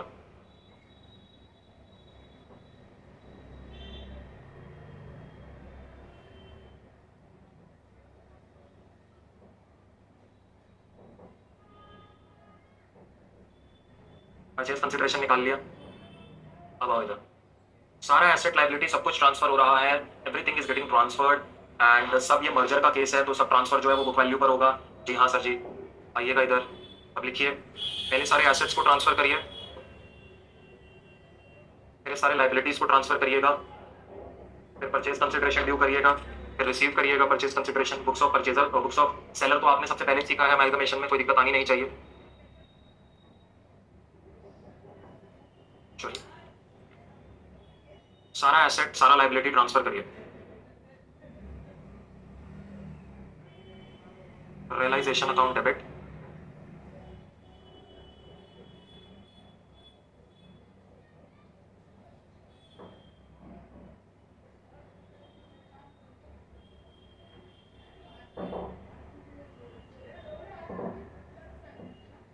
मैं ग्रॉस वैल्यू बेटा ट्रांसफर करता हूँ हमेशा, तो जो आपका डेप्रिसिएशन का वैल्यू होगा उसको अलग से अपन ट्रांसफर करेंगे, ठीक है। प्रोविजन फॉर डेप्रिसिएशन, तो इसके पास सिर्फ एक पीपीई ही है, करंट एसेट्स भी हैं सर।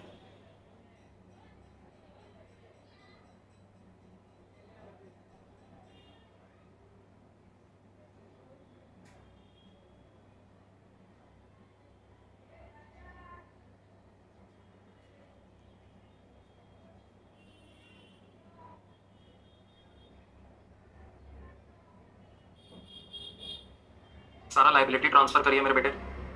लॉन्ग टर्म बोरोइंग्स में आपके पास अनसिक्योर्ड लोन है फ्रॉम यस,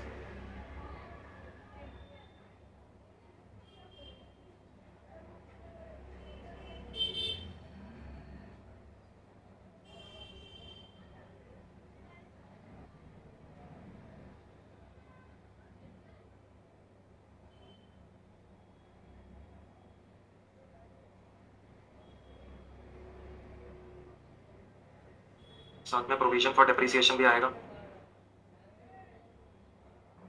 बेटा एज ए जनरल रूल हम लोग डेप्रिसिएशन को अलग से ट्रांसफर करते हैं, प्रोविजन फॉर डेप्रिसिएशन को, और पीपीई के ग्रॉस वैल्यू को अलग से ट्रांसफर करते हैं। पीपीई का ग्रॉस वैल्यू डेबिट साइड पे जाता है रियलाइजेशन के, और जो प्रोविजन फॉर डेप्रिसिएशन अकाउंट होता है वो आपके क्रेडिट साइड पे जाता है। रीजन क्या है, हम सारे अकाउंट्स को क्लोज कर रहे हैं।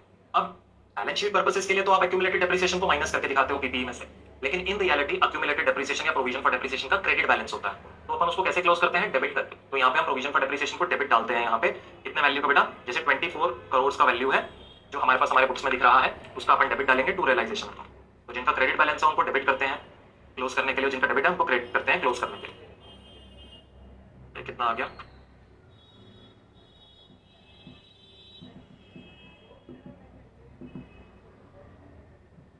being liability and accumulated depreciation,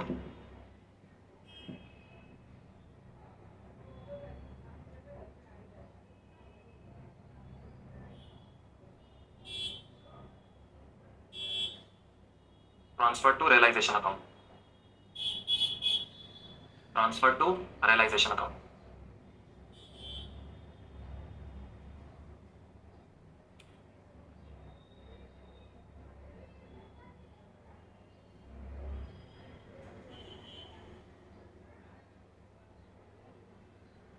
अगला हम क्या करते हैं, परचेज कंसिडरेशन को ड्यू करते हैं, तो उसको ड्यू करने का एंट्री क्या है, yes limited account debit to realisation account. अपन ने वर्किंग नोट नंबर 1 में निकाला था 1.2 सीआर का था, being purchase consideration due.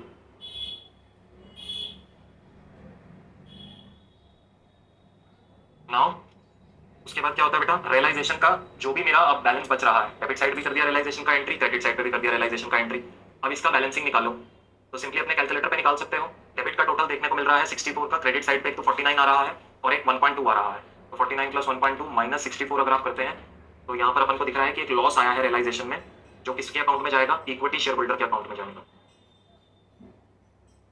Entry क्या होगा, equity share holder account debit to realisation account.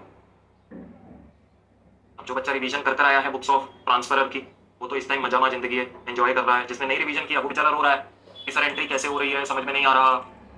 मत करो revisions, being the loss transfer to, क्योंकि इसके आगे तो चीजें कॉम्प्लेक्स होती जाएंगी। अब ये सीए फाउंडेशन तो है नहीं कि जहां पर तुमने एक बार रिवीजन किया और फिर एक हफ्ते तक पढ़ाई नहीं करी अकाउंट्स की, तो भी अगले दिन आके फिर तुम बैठ गए अकाउंट्स की क्लास में। अब जिस दिन तुम रिवीजन नहीं करके आओगे अगली क्लास नहीं समझ में आएगी। सीए इंटर उसी का नाम है, और इंटर ऐसे निकलेगा ही नहीं जब तक रेगुलर स्टडी तुम करोगे नहीं अकाउंट्स। अकाउंट्स बहुत टिपिकल है इंटर और फाइनल का, पहले ही आपको क्लैरिटी दे दो। चलिए ये एंट्री हुआ। नाउ इक्विटी शेयर होल्डर्स को अपन उनके हिस्से की चीजें ट्रांसफर कर देंगे, इक्विटी कैपिटल रिजर्व के जो बैलेंसेस हैं। जी हाँ सर जी, लिखिएगा equity share capital,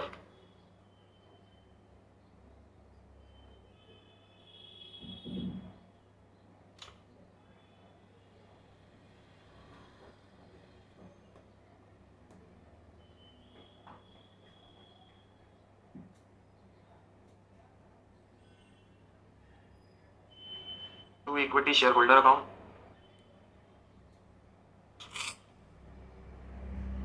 being amount due to shareholder and equity share holder को अपन क्या दे देंगे, जो शेयर्स हमें रिसीव हुए हैं, जो अभी तक अपन ने रिसीट की एंट्री नहीं करी, अपन ने ड्यू किया था परचेज कंसिडरेशन, रिसीट का एंट्री नहीं किया, तो रिसीट का एंट्री करो।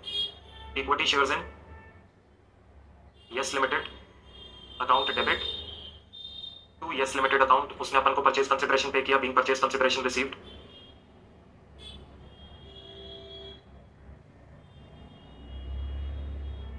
ठीक है, being purchase consideration received 1.2 CR के शेयर्स आ गए, और ये शेयर्स अपन किसको भेज देंगे बेटा, इक्विटी शेयर होल्डर को।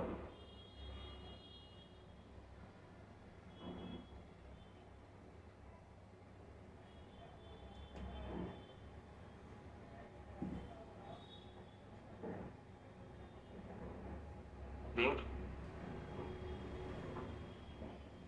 account of equity shareholder settled।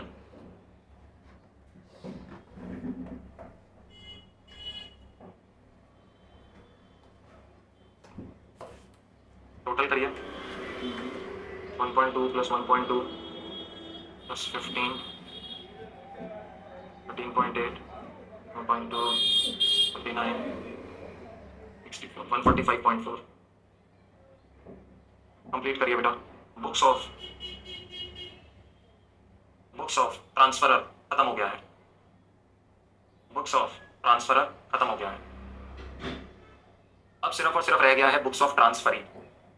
In the nature of merger उसने कहा है एंट्रीज हो रहे हैं, आएंगे इन the books of yes limited,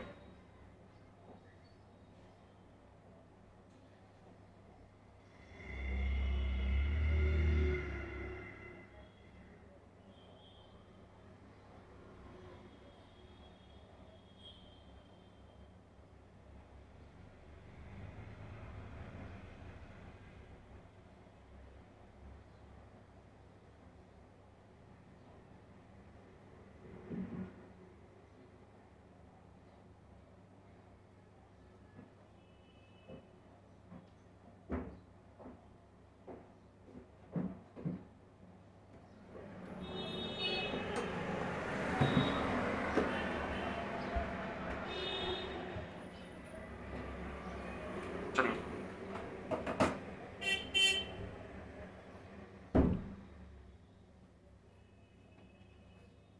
start करें।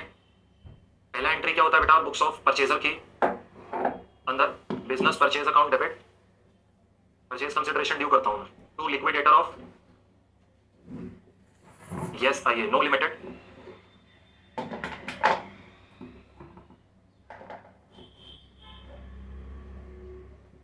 Being purchase consideration due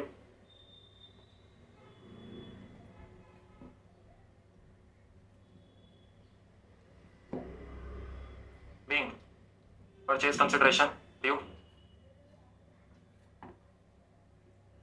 now दूसरा एंट्री क्या होता है सर, दूसरे एंट्री में अपन सारा एसेट सारा लायबिलिटी सारा रिजर्व लेकर आते हैं, तो सारा एसेट सारा लायबिलिटी सारा रिजर्व लेकर आओ।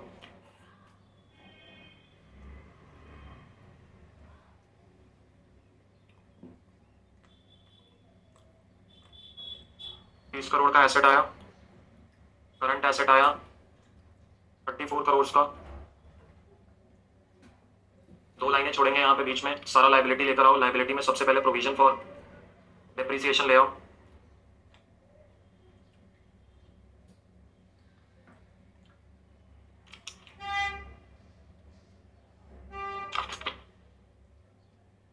लॉन्ग टर्म बोरोइंग्स के अंदर अनसिक्योर्ड लोन्स फ्रॉम यस,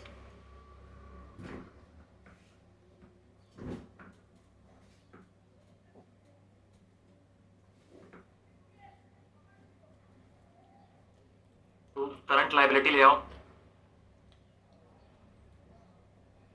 कितने का आया करंट लाइबिलिटी? 15 का। To business purchase account,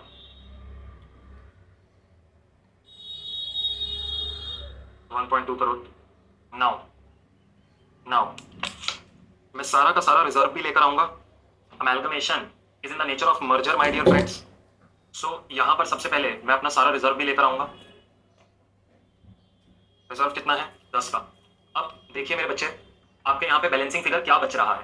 debit side का टोटल कितना आ रहा है? 64। क्रेडिट साइड का टोटल कितना आ रहा है? 24 प्लस 10 प्लस 15 प्लस 1.2 प्लस 10, 60.2। यानी कि ये किस चीज का केस है बेटा? यहाँ हो रहा है प्रॉफिट ऑन मर्जर। ये किस चीज का केस है? प्रॉफिट ऑन मर्जर का केस है। सारे रिजर्व भी ले आए हम ट्रांसफर के, उसके ऊपर भी अपने को प्रॉफिट हो रहा है। तो ये प्रॉफिट हमारा कहाँ जाएगा मेरे बच्चे, बताइए? अब मैं इसको कहाँ लेकर जाऊंगा? To PNL account. ये रिप्रेजेंट करता है मेरा profit on merger, which is 3.8। ज्यादा के एसेट्स आ गए हैं as compare to all liability reserves, तो मुझे प्रॉफिट हुआ है। Being asset liability reserve acquired. Purchase consideration का पेमेंट करते हैं? जी हाँ सर जी। अब जो तुम शेयर्स इशू कर रहे हो वो 2 रुपए के प्रीमियम पर कर रहे हो, तो लिक्विडेटर जो आ रहा है तुम्हारे पास शेयर्स लेने के लिए, उसको 1.2 सीआर के शेयर्स तो देने हैं, बट तुम्हारा कैपिटल का पार्ट है 1 CR,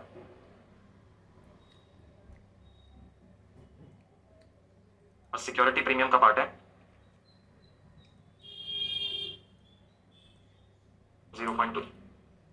being shares issued to liquidator of no limited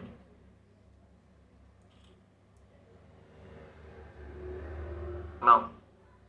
इसके अलावा जो मेरा म्यूचुअल विंग्स था उसको कैंसिल करें। यहां पर आ रहा है अनसिक्योर्ड लोन, ये मैंने इधर एक्वायर किया था ना अनसिक्योर्ड लोन, इसको अपन डेबिट करेंगे और क्रेडिट करेंगे लोन गिवन टू नो को। So unsecured loan debit from yes. ये अपना म्यूचुअल विंग्स था। To to long term borrowings में उसने क्या बोला था? अनसिक्योर्ड लोन था, और ये है long term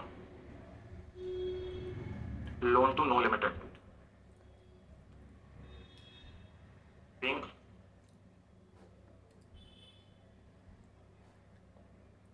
mutual owings cancelled.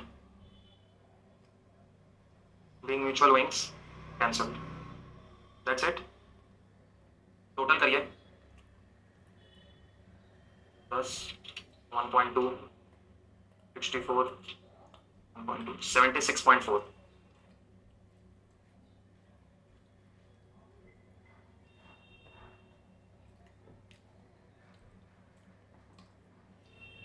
चलिए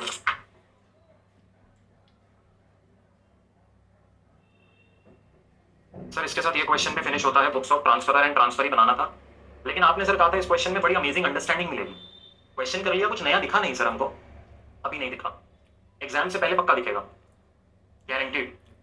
और वो क्या दिखेगा, मैं ब्रेक से पहले आप लोगों को वो हिंट देकर जाता हूँ। ब्रेक के बाद उसका डिटेल डिस्कशन करेंगे, लेकिन ब्रेक में सोचना जरूर उसके बाद, ठीक है?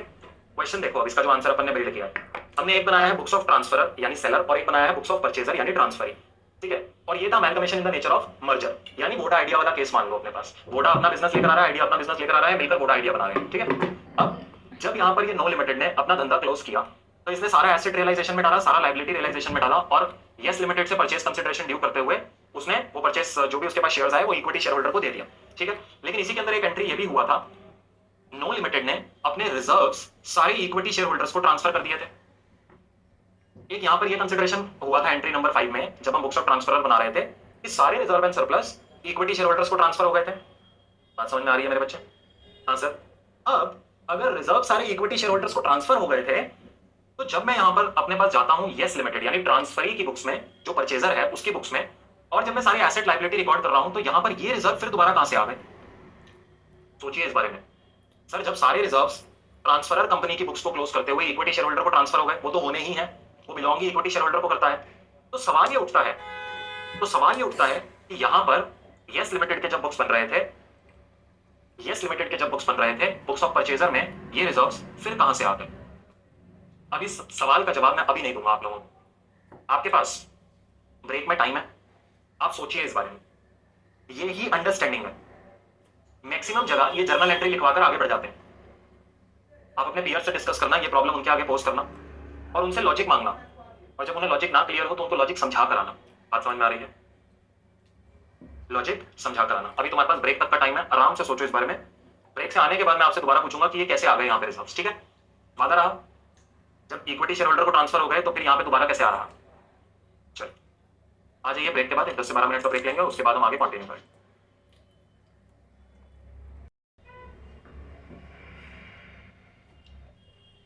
हाँ जी, वापस आ जाइए। तो बहुत टाइम था आपके पास सोचने के लिए।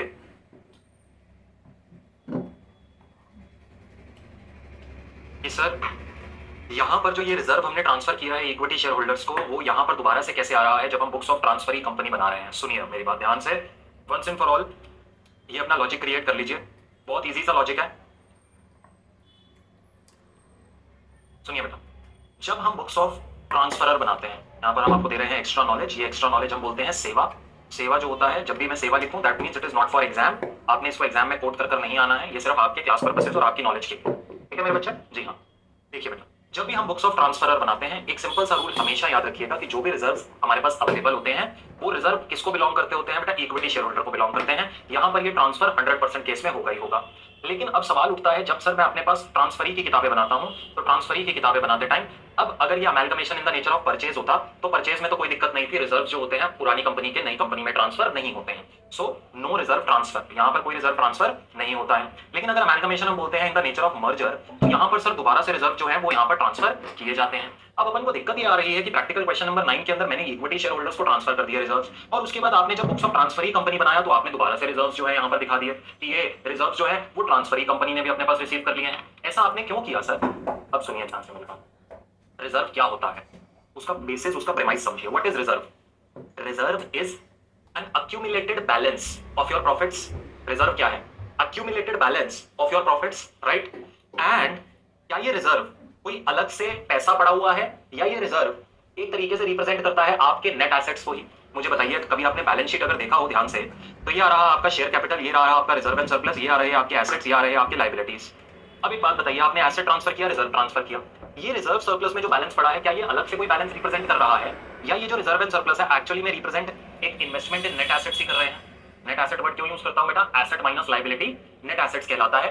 तो what does a reserve represent? What does a reserve represent? A reserve represent a portion of net assets that is shown as accumulated profit in my balance sheet.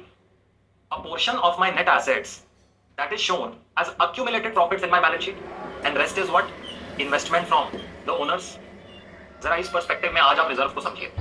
Reserve क्या दर्शाता है, क्या दिखाता है?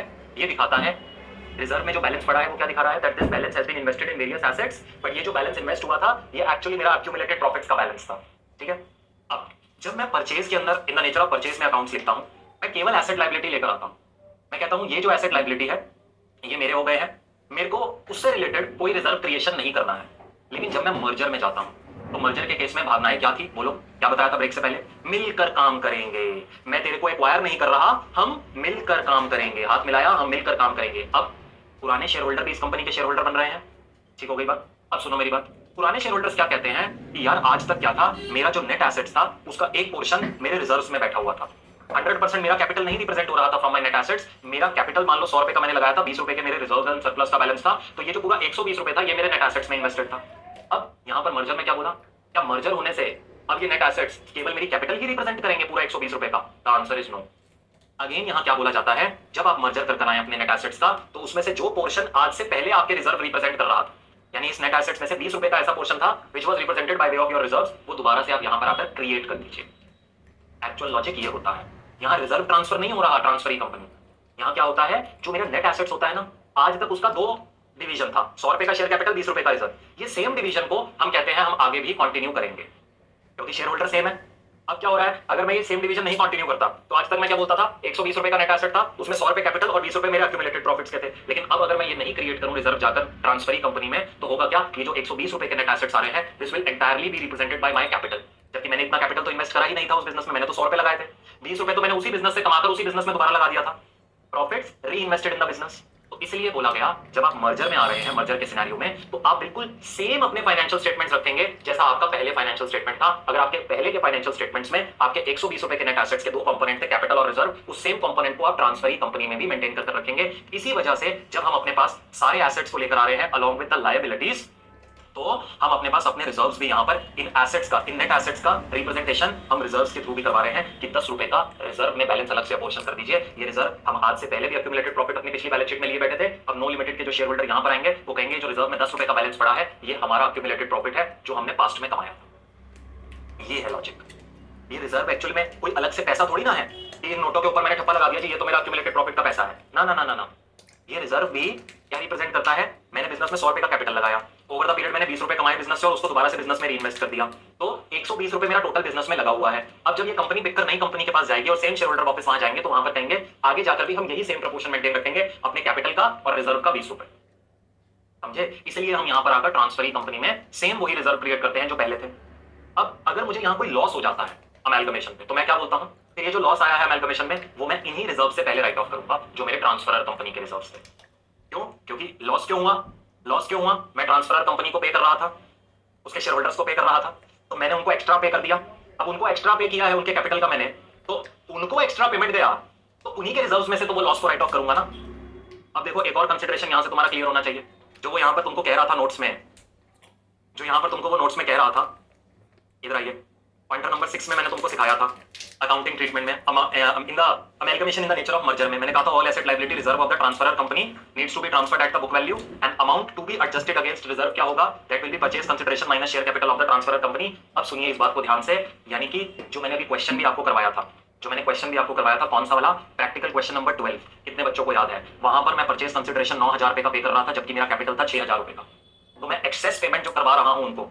अब देखो, अब सुनना मेरी बात, मैं ट्रांसफरर कंपनी का एसेट भी ले आया, लायबिलिटी भी ले आया, रिजर्व भी मैंने अपनी बुक्स में दोबारा से क्रिएट कर दिया, सब कुछ आ गया ट्रांसफरर कंपनी की बैलेंस शीट में से, सिर्फ शेयर कैपिटल नहीं आई। अब उस शेयर कैपिटल के बदले मैंने परचेज कंसीडरेशन 9,000 रुपए का पे किया। अब 9,000 रुपए की पेमेंट मैंने किनको करी, जिनका बैलेंस था 6,000 रुपए, तो मुझे लॉस जनरेट हुआ 3,000 रुपए का। अब इस लॉस को मैं कहां से राइट ऑफ करूंगा, ये एक्स्ट्रा पेमेंट जो मैंने करा कहां से राइट ऑफ करूंगा, उसी कंपनी के रिजर्व्स में से, वो जनरल रिजर्व हो या पीएनएल हो। तो मैंने क्या किया था, 3200 रुपए का जनरल रिजर्व पड़ा था, 3200 का, उसी में से वो 3,000 रुपए का लॉस राइट ऑफ किया था। बोलो बात समझ में आ रही है, देखो मजा आना चाहिए, ये हार्डवर्क है हमारा आप लोगों के लिए, ये नॉलेज है एक्स्ट्रा जो हम आपको ओवर एंड अबव दे रहे हैं यहाँ पर। ये तभी देने में हमको भी इंटरेस्ट आता है जब स्टूडेंट को इंटरेस्ट है इस नॉलेज को गेन करने में, अदरवाइज ये नॉलेज का पिटारा बंद पड़ा रहेगा अगर आप लोगों को नहीं मजा आ रहा है इसमें। फिर आप भी जर्नल एंट्री सीखो, करो सॉल्व और काम खत्म। जो आधे से ज्यादा तुम्हारे पीयर्स कर रहे हैं वो थिंक कि कोई फर्क नहीं पड़ता इन डेप्थ नॉलेज से, आधी से ज्यादा जनता ऐसी ही हो चुकी है, सिर्फ एंट्री जाननी है और एंट्री करनी है और काम खत्म। लेकिन ये नॉलेज पता है किसको काम आती है, जो बच्चा सेल्फ बैठ के सोचता है कॉन्सेप्ट्स के बारे में, जो जाना चाहता है इन डेप्थ, जो नहीं जाना चाहता उसके लिए बेकार है। वो कहेगा यार मुझे क्या करना, ABCD 4 जर्नल एंट्री करो, नंबर मिल गए, आगे बढ़ो, खत्म, सीए की डिग्री मिली, खत्म, बस इतना ही चाहिए मुझे।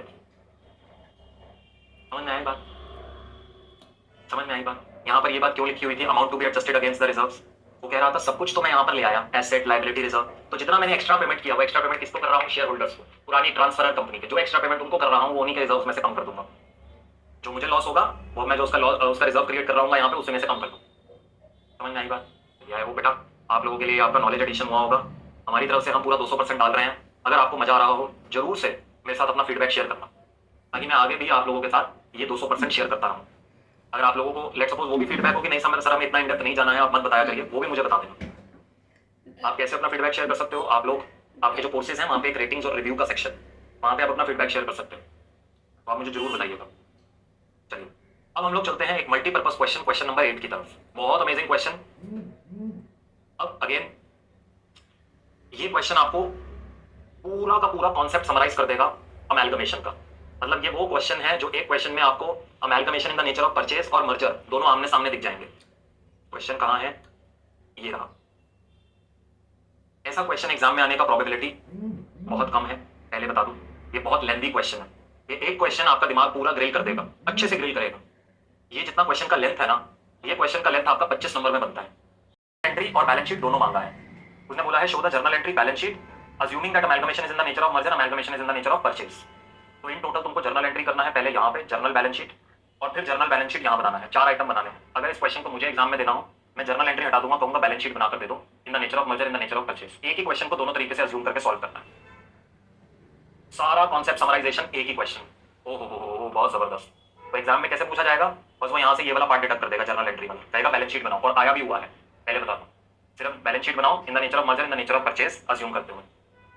तो सर आइएगा क्वेश्चन पढ़ते हैं। सबसे पहले क्या बोल रहा है, दिस एन इंपॉर्टेंट क्वेश्चन बच्चे। Consider the following balance sheet of X limited Y limited on 31 March 2011। X Y rupees in thousand given है। Share holder fund, share capital, reserve surplus, non current liability में long term borrowing, current liabilities में trade payable, other current liabilities, assets में PP non current investments है। Current assets के अंदर आपके पास inventory, trade receivable, cash and cash equivalent है। और उसके बाद शेयर कैपिटल में इक्विटी और प्रेफरेंस कैपिटल है। जनरल रिजर्व, रिजर्व सरप्लस में general reserve, export profit reserve start mark करिए, investment allowance reserve star mark करिए। ये दो होता है, रिवाइज करा होगा तो याद होगा। In the nature of purchase में हम अमेलगमेशन एडजस्टमेंट रिजर्व के थ्रू इनको आगे कैरी करते हैं। लॉन्ग टर्म बोरोइंग्स में डिवेंचर्स आ रहा है, पीपीई के अंदर land, building, plant, machinery, furniture आ रहा है। नॉन करंट इन्वेस्टमेंट्स में इन्वेस्टमेंट एट कॉस्ट आ रहा है। कहता है X limited takes over Y limited on 1st of April. X Limited discharges the purchase consideration as follows. Issued 3,50,000 equity shares of 10 each at par to equity shareholders of Y Limited. Issued 15% preference shares of 100 each to discharge the preference shareholders of Y Limited at 10% premium. दोनों के लिए उसने exactly बता दिया क्या क्या उनको हम दे रहे हैं, काम खत्म। Debentures of Y limited will be converted into equivalent number of debentures of X limited. ठीक है, जितने डिवेंचर पिछली कंपनी में थे उतने ही नई कंपनी में मिल जाएंगे, इक्विवेलेंट नंबर लिखा हुआ है। Statutory reserves of Y limited are to be maintained for 2 years। जो भी स्टैट्यूटरी रिजर्व्स हैं, अब कौन कौन से स्टैट्यूटरी रिजर्व्स थे, ये रहे, अभी बताया था। ये आपको खुद पेपर में जाके आइडेंटिफाई करना है। Export profit reserve, foreign export reserve, investment allowance reserve, ये सब जो अलग से नाम से जितने भी रिजर्व्स आ रहे होंगे ना, ये सब स्टैट्यूटरी रिजर्व्स की तरह मानिएगा। आपने क्या करना है, जर्नल एंट्री देना है, बैलेंस शीट देना है of X limited after amalgamation. X limited, X कौन था बेटा, X is taking over Y, so Y was your transferor and X was your transferee. Y क्या था, ट्रांसफरर था, और एक्स क्या था, ट्रांसफरी। ठीक होगी जी बात। तो कहता है show the journal entry and balance sheet of X limited after amalgamation on the assumption that amalgamation is in the nature of merger and amalgamation is in the nature of purchase.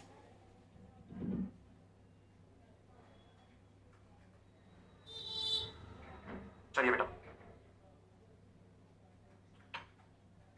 अब इस question को हम एक special तरीके से solve करेंगे। वो special तरीका क्या रहेगा, हम इकट्ठे चलेंगे इस क्वेश्चन। लाइक पेपर में अब ये वाला प्रेजेंटेशन, पेपर में पहली बात है इकट्ठे प्रेजेंटेशन नहीं देना है। क्लास में क्यों इकट्ठे कर रहा हूं, क्योंकि आपको मैं डिफरेंस दिखाना चाहता हूं दोनों में, कि जर्नल एंट्री यहाँ पे हो रही है, यहाँ पे हो रही है, इन द नेचर ऑफ परचेज ये हो रहा है, इन द नेचर ऑफ मर्जर ये हो रहा है। तो जस्ट वो दिखाने के लिए मैं आपके साथ यहाँ पे क्या करने वाला हूँ, इकट्ठे काम करने वाला हूँ। अब मुझे सबसे पहले परचेज कंसिडरेशन निकालना है। सो आप अपने पास 2 पेजेस जर्नल एंट्री के लिए छोड़ दीजिए, 2 लगेंगे नहीं वैसे, और ठीक है 2 छोड़ दीजिए, और 2 पेजेस आप अपनी बैलेंस शीट के लिए छोड़ दीजिए। 4 पेजेस आप छोड़ दीजिए फेयर वर्क का, और 5वें पेज से आप वर्किंग नोट बनाइए। 1 2 3 4 5वें पेज से वर्किंग नोट बनाना है। Allow me a second, let me just add in register. आप परचेज कंसिडरेशन निकालना शुरू करिए।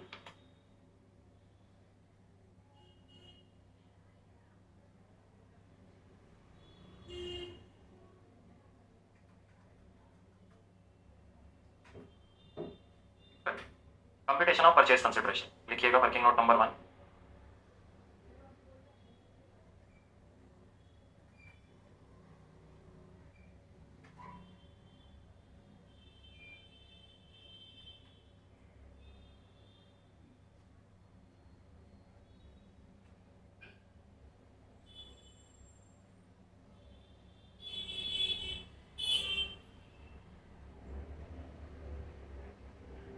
पेज नंबर है 13.44, और अभी लिख देंगे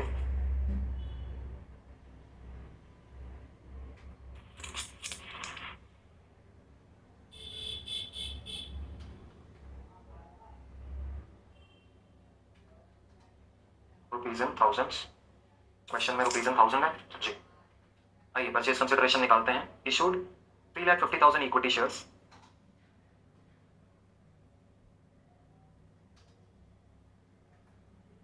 ये आ गया बेटा आपका 35 लाख, सो रुपीज इन 1000 3500 आ गया, प्लस 15% प्रेफरेंस शेयर्स,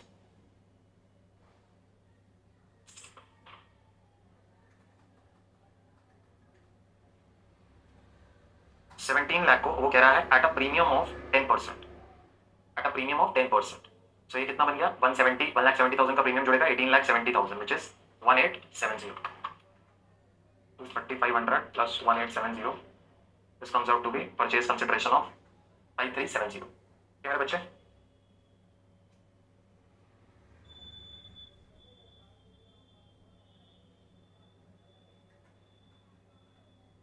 ये रहा purchase consideration। now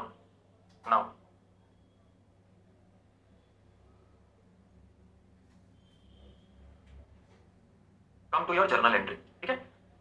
मेरे साथ साथ रहिएगा बेटा।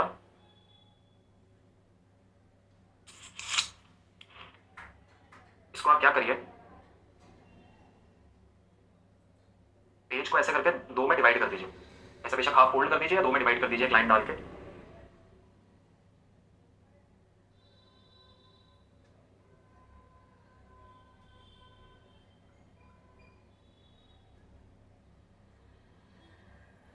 ये हम लोग कर रहे हैं सबसे पहले part number 1 in the books of X limited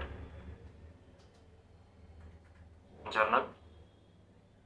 यहां पे अपना एक हेडर दे दीजिए A, in the nature of merger, and B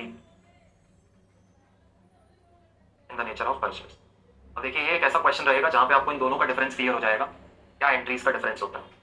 पहली एंट्री बोलिए बेटा, business purchase account debit to. अभी हम यहाँ फॉर्मेट नहीं बना रहे हैं, दैट्स ऑल राइट बेटा, हमको आता है जर्नल का फॉर्मेट बनाना। अभी यहाँ अंडरस्टैंडिंग लेना है इस क्वेश्चन में, that is most important. To liquidator of Y limited, ये अपन ने purchase consideration working note number 1 में निकाला है, ठीक है। बीइंग परचेज कंसिडरेशन ड्यू, क्या यहाँ पर भी बिल्कुल सेम जर्नल एंट्री होगा? Amalgamation in the nature of purchase में जाएंगे, मैं यहाँ पे हम लोग क्लास पर्पसेस के लिए बेटा सेम लिखेंगे। एग्जाम में मत लिख के आना बेटा, अगर एग्जाम में जर्नल एंट्री आ जाए भगवान के लिए पूरी जर्नल एंट्री लिख कर आना, ये ना हो तुम एग्जाम में जाकर भी सेम लिखाओ, प्लीज ऐसा मत करना। ये ओनली फॉर क्लास लिखा है ताकि हम लोग अपने क्लास का टाइम बेटर यूटिलाइज कर सकें। सेम सेम एंट्री लिखकर कोई फायदा नहीं मिलेगा, कहीं कोई नलायक एग्जाम में जाकर भी यही लिख दे सेम। सुनो, अगला मर्जर में सारा एसेट सारा लाइबिलिटी सारा रिजर्व लेकर आओगे। चलो शुरू हो जाओ। जितने एसेट्स हैं सारे के सारे ये रहे मेरे सन्ड्री एसेट्स 6600, एक दो लाइनें छोड़ो, सन्ड्री लाइबिलिटी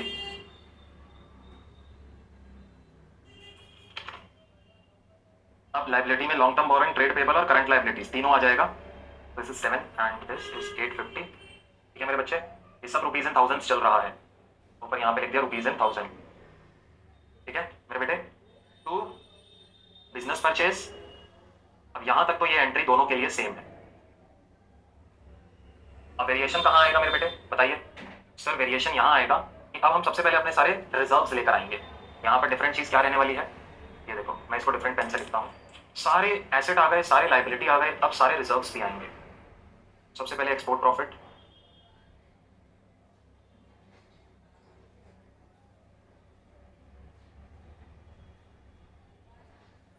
फिर आएगा इन्वेस्टमेंट अलाउंस रिजर्व।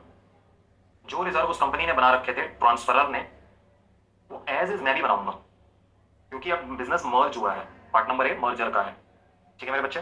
जी हाँ, अब यहाँ पर क्या होगा, निकालिए आपके पास सबसे पहले प्रॉफिट आ रहा है या लॉस आ रहा है मर्जर। अभी मैं कोई भी रिजर्व नहीं लेके आया हूँ, पीएनएल और जनरल रिजर्व रहता है, ठीक है, सब फ्री रिजर्व अभी रहते हैं। 6600 का टोटल है डेबिट साइड का, क्रेडिट साइड का टोटल देखिए 850 प्लस 5370 प्लस 200 प्लस 100, टोटल आ रहा है 6520 का। अब मैं कितने फ्री रिजर्व्स यहाँ पे ला सकता हूँ मैक्सिमम बताइए? मेरे पास पीएनएल का बैलेंस है 500 और जनरल रिजर्व का बैलेंस है 250। 750 के बैलेंस में से मैं यहाँ मैक्सिमम कितने रिजर्व ला सकता हूँ? देखो एक काम तुम क्या कर सकते हो, सुनना मेरी बात, एक काम तुम क्या कर सकते हो, तुम पूरा जनरल रिजर्व ले आए, तुम पूरा पीएनएल ले आए। तुमने कहा जी मैं तो यहाँ पे बिल्कुल, अभी तुम मत लिखना, तुमने कहा मैं यहाँ पे दिमाग नहीं लगाता, मैं तो ये पकड़ो जनरल रिजर्व, ये पकड़ो पीएनएल ले आया। अब उसके बाद यहाँ पे तुमने कंपटीशन किया, कंपटीशन करके तुमको क्या दिखा, ये 750 और आ गया। तुमने कहा जी मेरे पास यहाँ पे मैं ये 670 का लॉस दिखाऊंगा। 670 का लॉस अब तुम यहाँ से पीएनएल से दिखाओगे या जैसे भी तुम दिखाओगे, तुम ये काम एक कर सकते हो। लेकिन अब इसमें दिक्कत क्या है, पीएनएल डेबिट में भी आ रहा है, पीएनएल क्रेडिट में भी आ रहा है। अब इस लॉस को तुम कैसे राइट ऑफ करोगे बेटा? 670 का जो लॉस आ रहा है, 670 का जो लॉस आ रहा है, इसको कैसे राइट ऑफ करोगे? सुनो मेरी बात।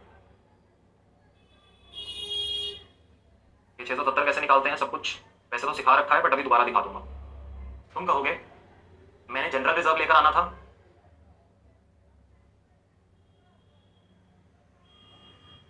कितने का जनरल रिजर्व था बेटा?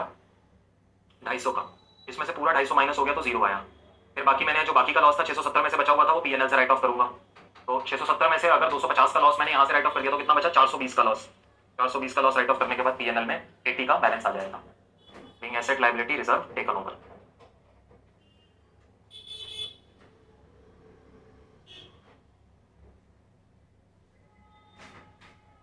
अब क्लास में बैठा बच्चा सोच रहा है सर 670 आपने कैसे निकाल दिया? How did you arrive at that number? It was very very easy. Come here, come to your working note. मैंने आपको पहले भी सिखाया है amount to be adjusted against reserve कैसे निकालना है।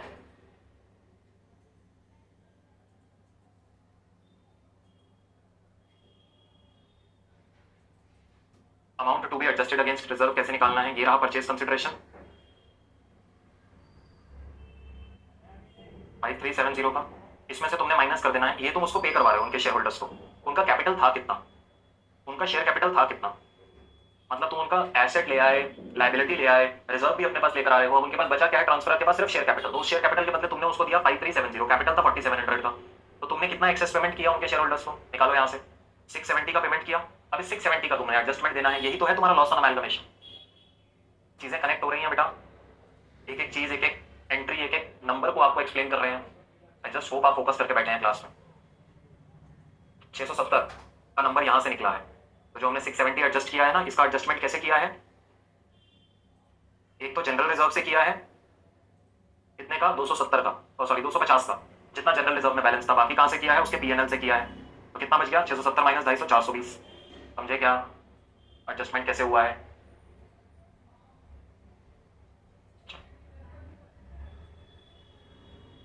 अगला एंट्री नंबर 2। अगर हम एंट्री नंबर 2 करते हैं इन द नेचर ऑफ परचेज में, तो हम क्या करते हैं? यहां तक एंट्री बिल्कुल सेम थी। Sundry asset debit 6600 to sundry liability 850 to business purchase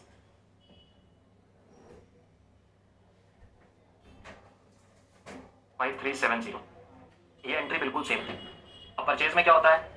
तुम यहाँ पे देखते हो कि तुमने इतना का नेट एसेट एक्वायर किया और पेमेंट इतने का किया। तो जो भी तुम्हारा एक्सेस पे हुआ है वो तुम क्या करते हो उसका बेटा?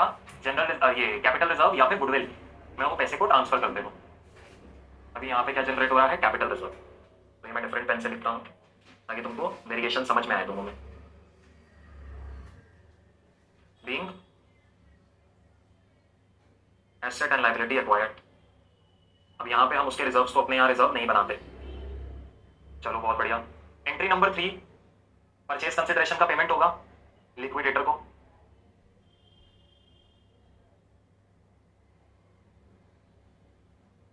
टू इक्विटी शेयर कैपिटल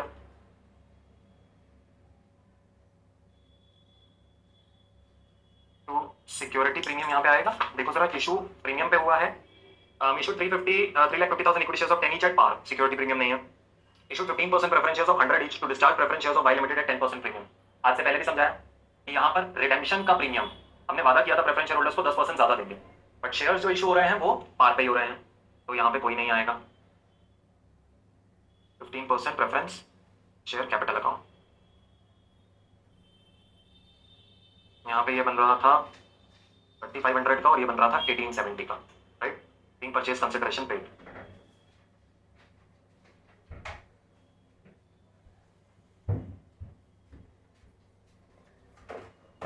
ठीक है मेरे बेटे, यहाँ पर ये सेम एंट्री रहेगा, बिल्कुल ऐसे सेम एंट्री नंबर 3 रहेगा। यहाँ पर कोई वेरिएशन नहीं है।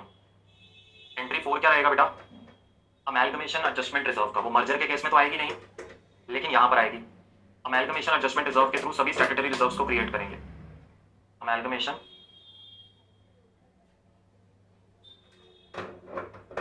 Adjustment reserve account debit to the nature of purchase में अपने को स्टैट्यूटरी रिजर्व्स अपनी किताबों में क्रिएट करने पड़ते हैं। मर्जर में क्या था, रिजर्व ऑलरेडी आ गए थे तो कोई दिक्कत नहीं आई थी, लेकिन यहां ऐसा नहीं हुआ।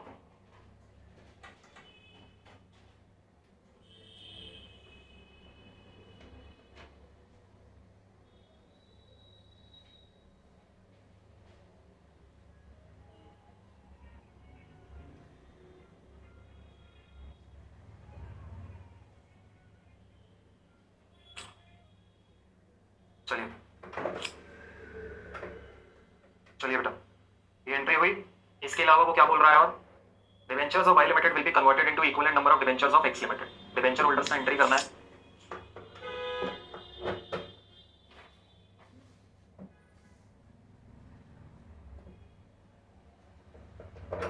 वो सन्ड्री लायबिलिटी में अपन डिवेंचर्स भी लेके आए थे, तो सेम यहां पर अपने डिवेंचर्स बन जाएंगे 13% वाले,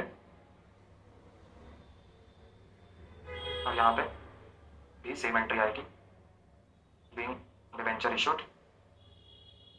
तुम देख रहे हो कितना सिमिलैरिटी है। अगर मैं उनको साथ में रखकर आपको इस क्वेश्चन में सॉल्व करके दिखा रहा था अभी, तो आपने ये देखा कि सर ऑलमोस्ट हर एक एंट्री सेम है एक्सेप्ट फॉर एंट्री नंबर 2, और जहां पर अमैल्गमेशन एडजस्टमेंट रिजर्व अपन को क्रिएट करना पड़ रहा है, बाकी सब कुछ सेम है।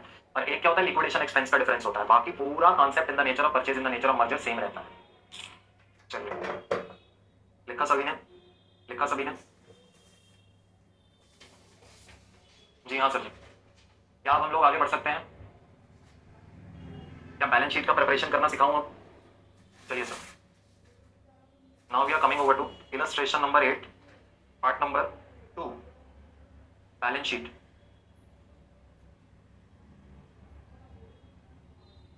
as at 1st April 11 after amalgamation.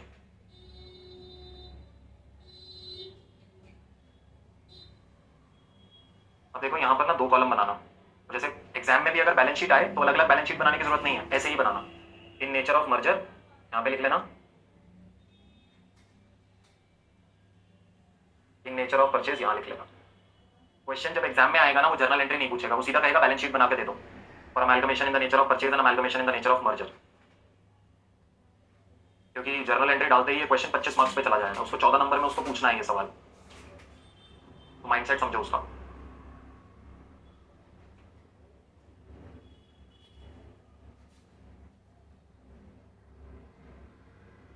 Share holders fund, A share capital, B reserve and surplus.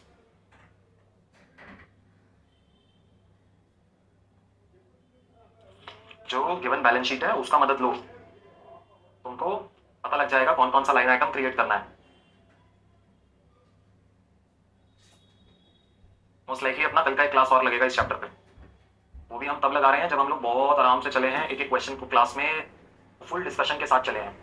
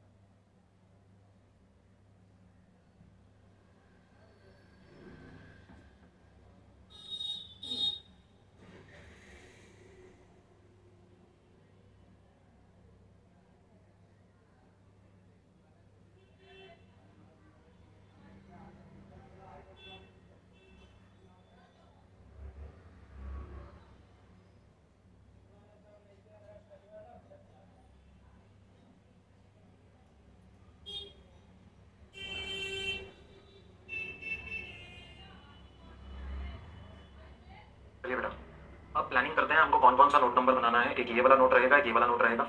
Long term borrowings में अपने को वैसे तो नोट की जरूरत है नहीं, सीधा अपन लिख सकते हैं 13% डिवेंचर, और जो भी मेरा मर्जर है। और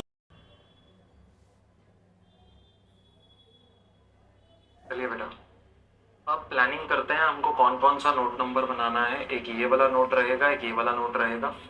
लॉन्ग टर्म बोरिंग्स में अपने को वैसे तो नोट की ज़रूरत है नहीं, सीधा अपन लिख सकते हैं 13% डिबेंचर, और जो भी मेरा मर्जर है और परचेज में सेम वैल्यू आ रहा है विच इज़ 850 एंड 850 का वैल्यू आ रहा है यहाँ पे, और ये अपन लिख देते हैं रुपीज इन थाउजेंड्स में।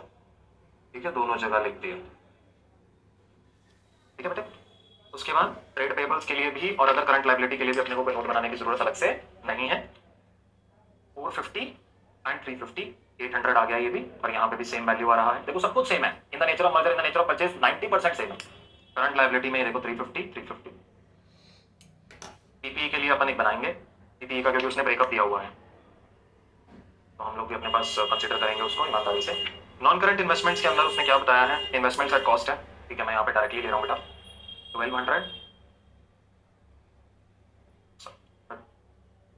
1200 सही है। इन्वेंट्रीज के लिए भी मैं डायरेक्टली ट्रेड रिसीवेबल और कैश और कैश इक्विवेलेंट के लिए भी अपन डायरेक्टली ले रहे हैं। 1250 प्लस 950 आ गया 2200 का इन्वेंट्री है दोनों ही सूरतों में। ट्रेड रिसीवेबल की बात करें तो ये आ गया 900, oops not 900, it is 1930 and 725 plus 520।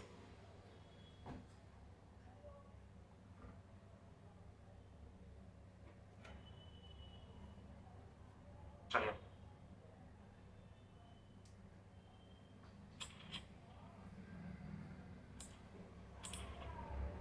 Done बेटा।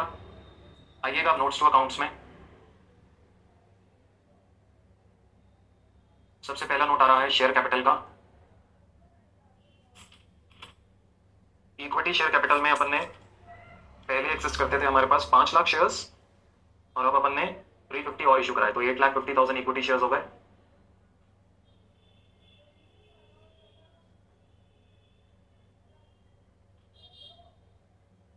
ऑफ रुपीज 10 ईच, यानी ये हो गया 8500। एंड इसमें से आउट ऑफ अबव, एक सेकेंड, ये एक तुम्हारे मर्जर वाला है कॉलम और एक तुम्हारा, ये तुम्हारा मर्जर वाला कॉलम हो गया, ये तुम्हारा परचेज वाला कॉलम हो गया। Out of above 3,50,000 shares of 10 each are issued और consideration other than cash and 14% preference shares हैं हमारे पास, और उनको अपन ने इशू किए थे बेटा 1500, तो 14% प्रेफरेंस शेयर्स हैं 2200 के दोनों सूरतों में, और साथ में उनको इशू किए थे 15% preference shares.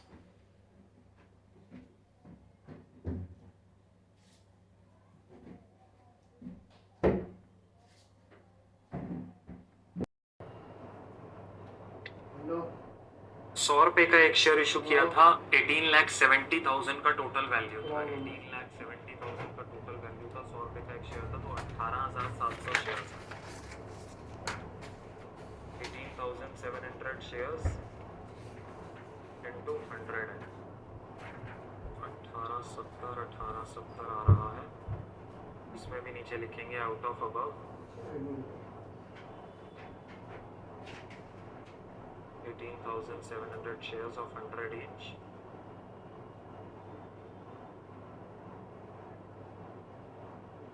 are issued for consideration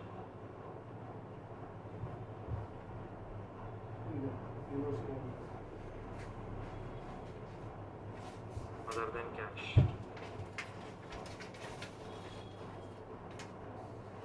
$8,500 plus 2,200 plus scan करके ना मेरे फोन से अब जा नहीं रहा है, पता नहीं क्यों।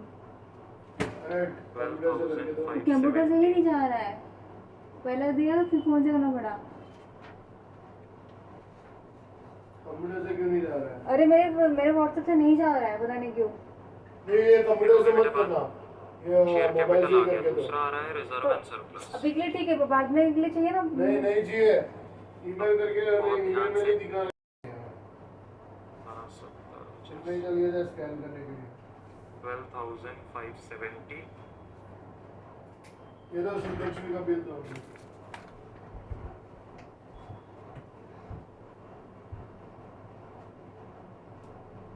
ठीक हो गई बेटा बात। शेयर कैपिटल आ गया, दूसरा आ रहा है रिजर्व एंड सरप्लस।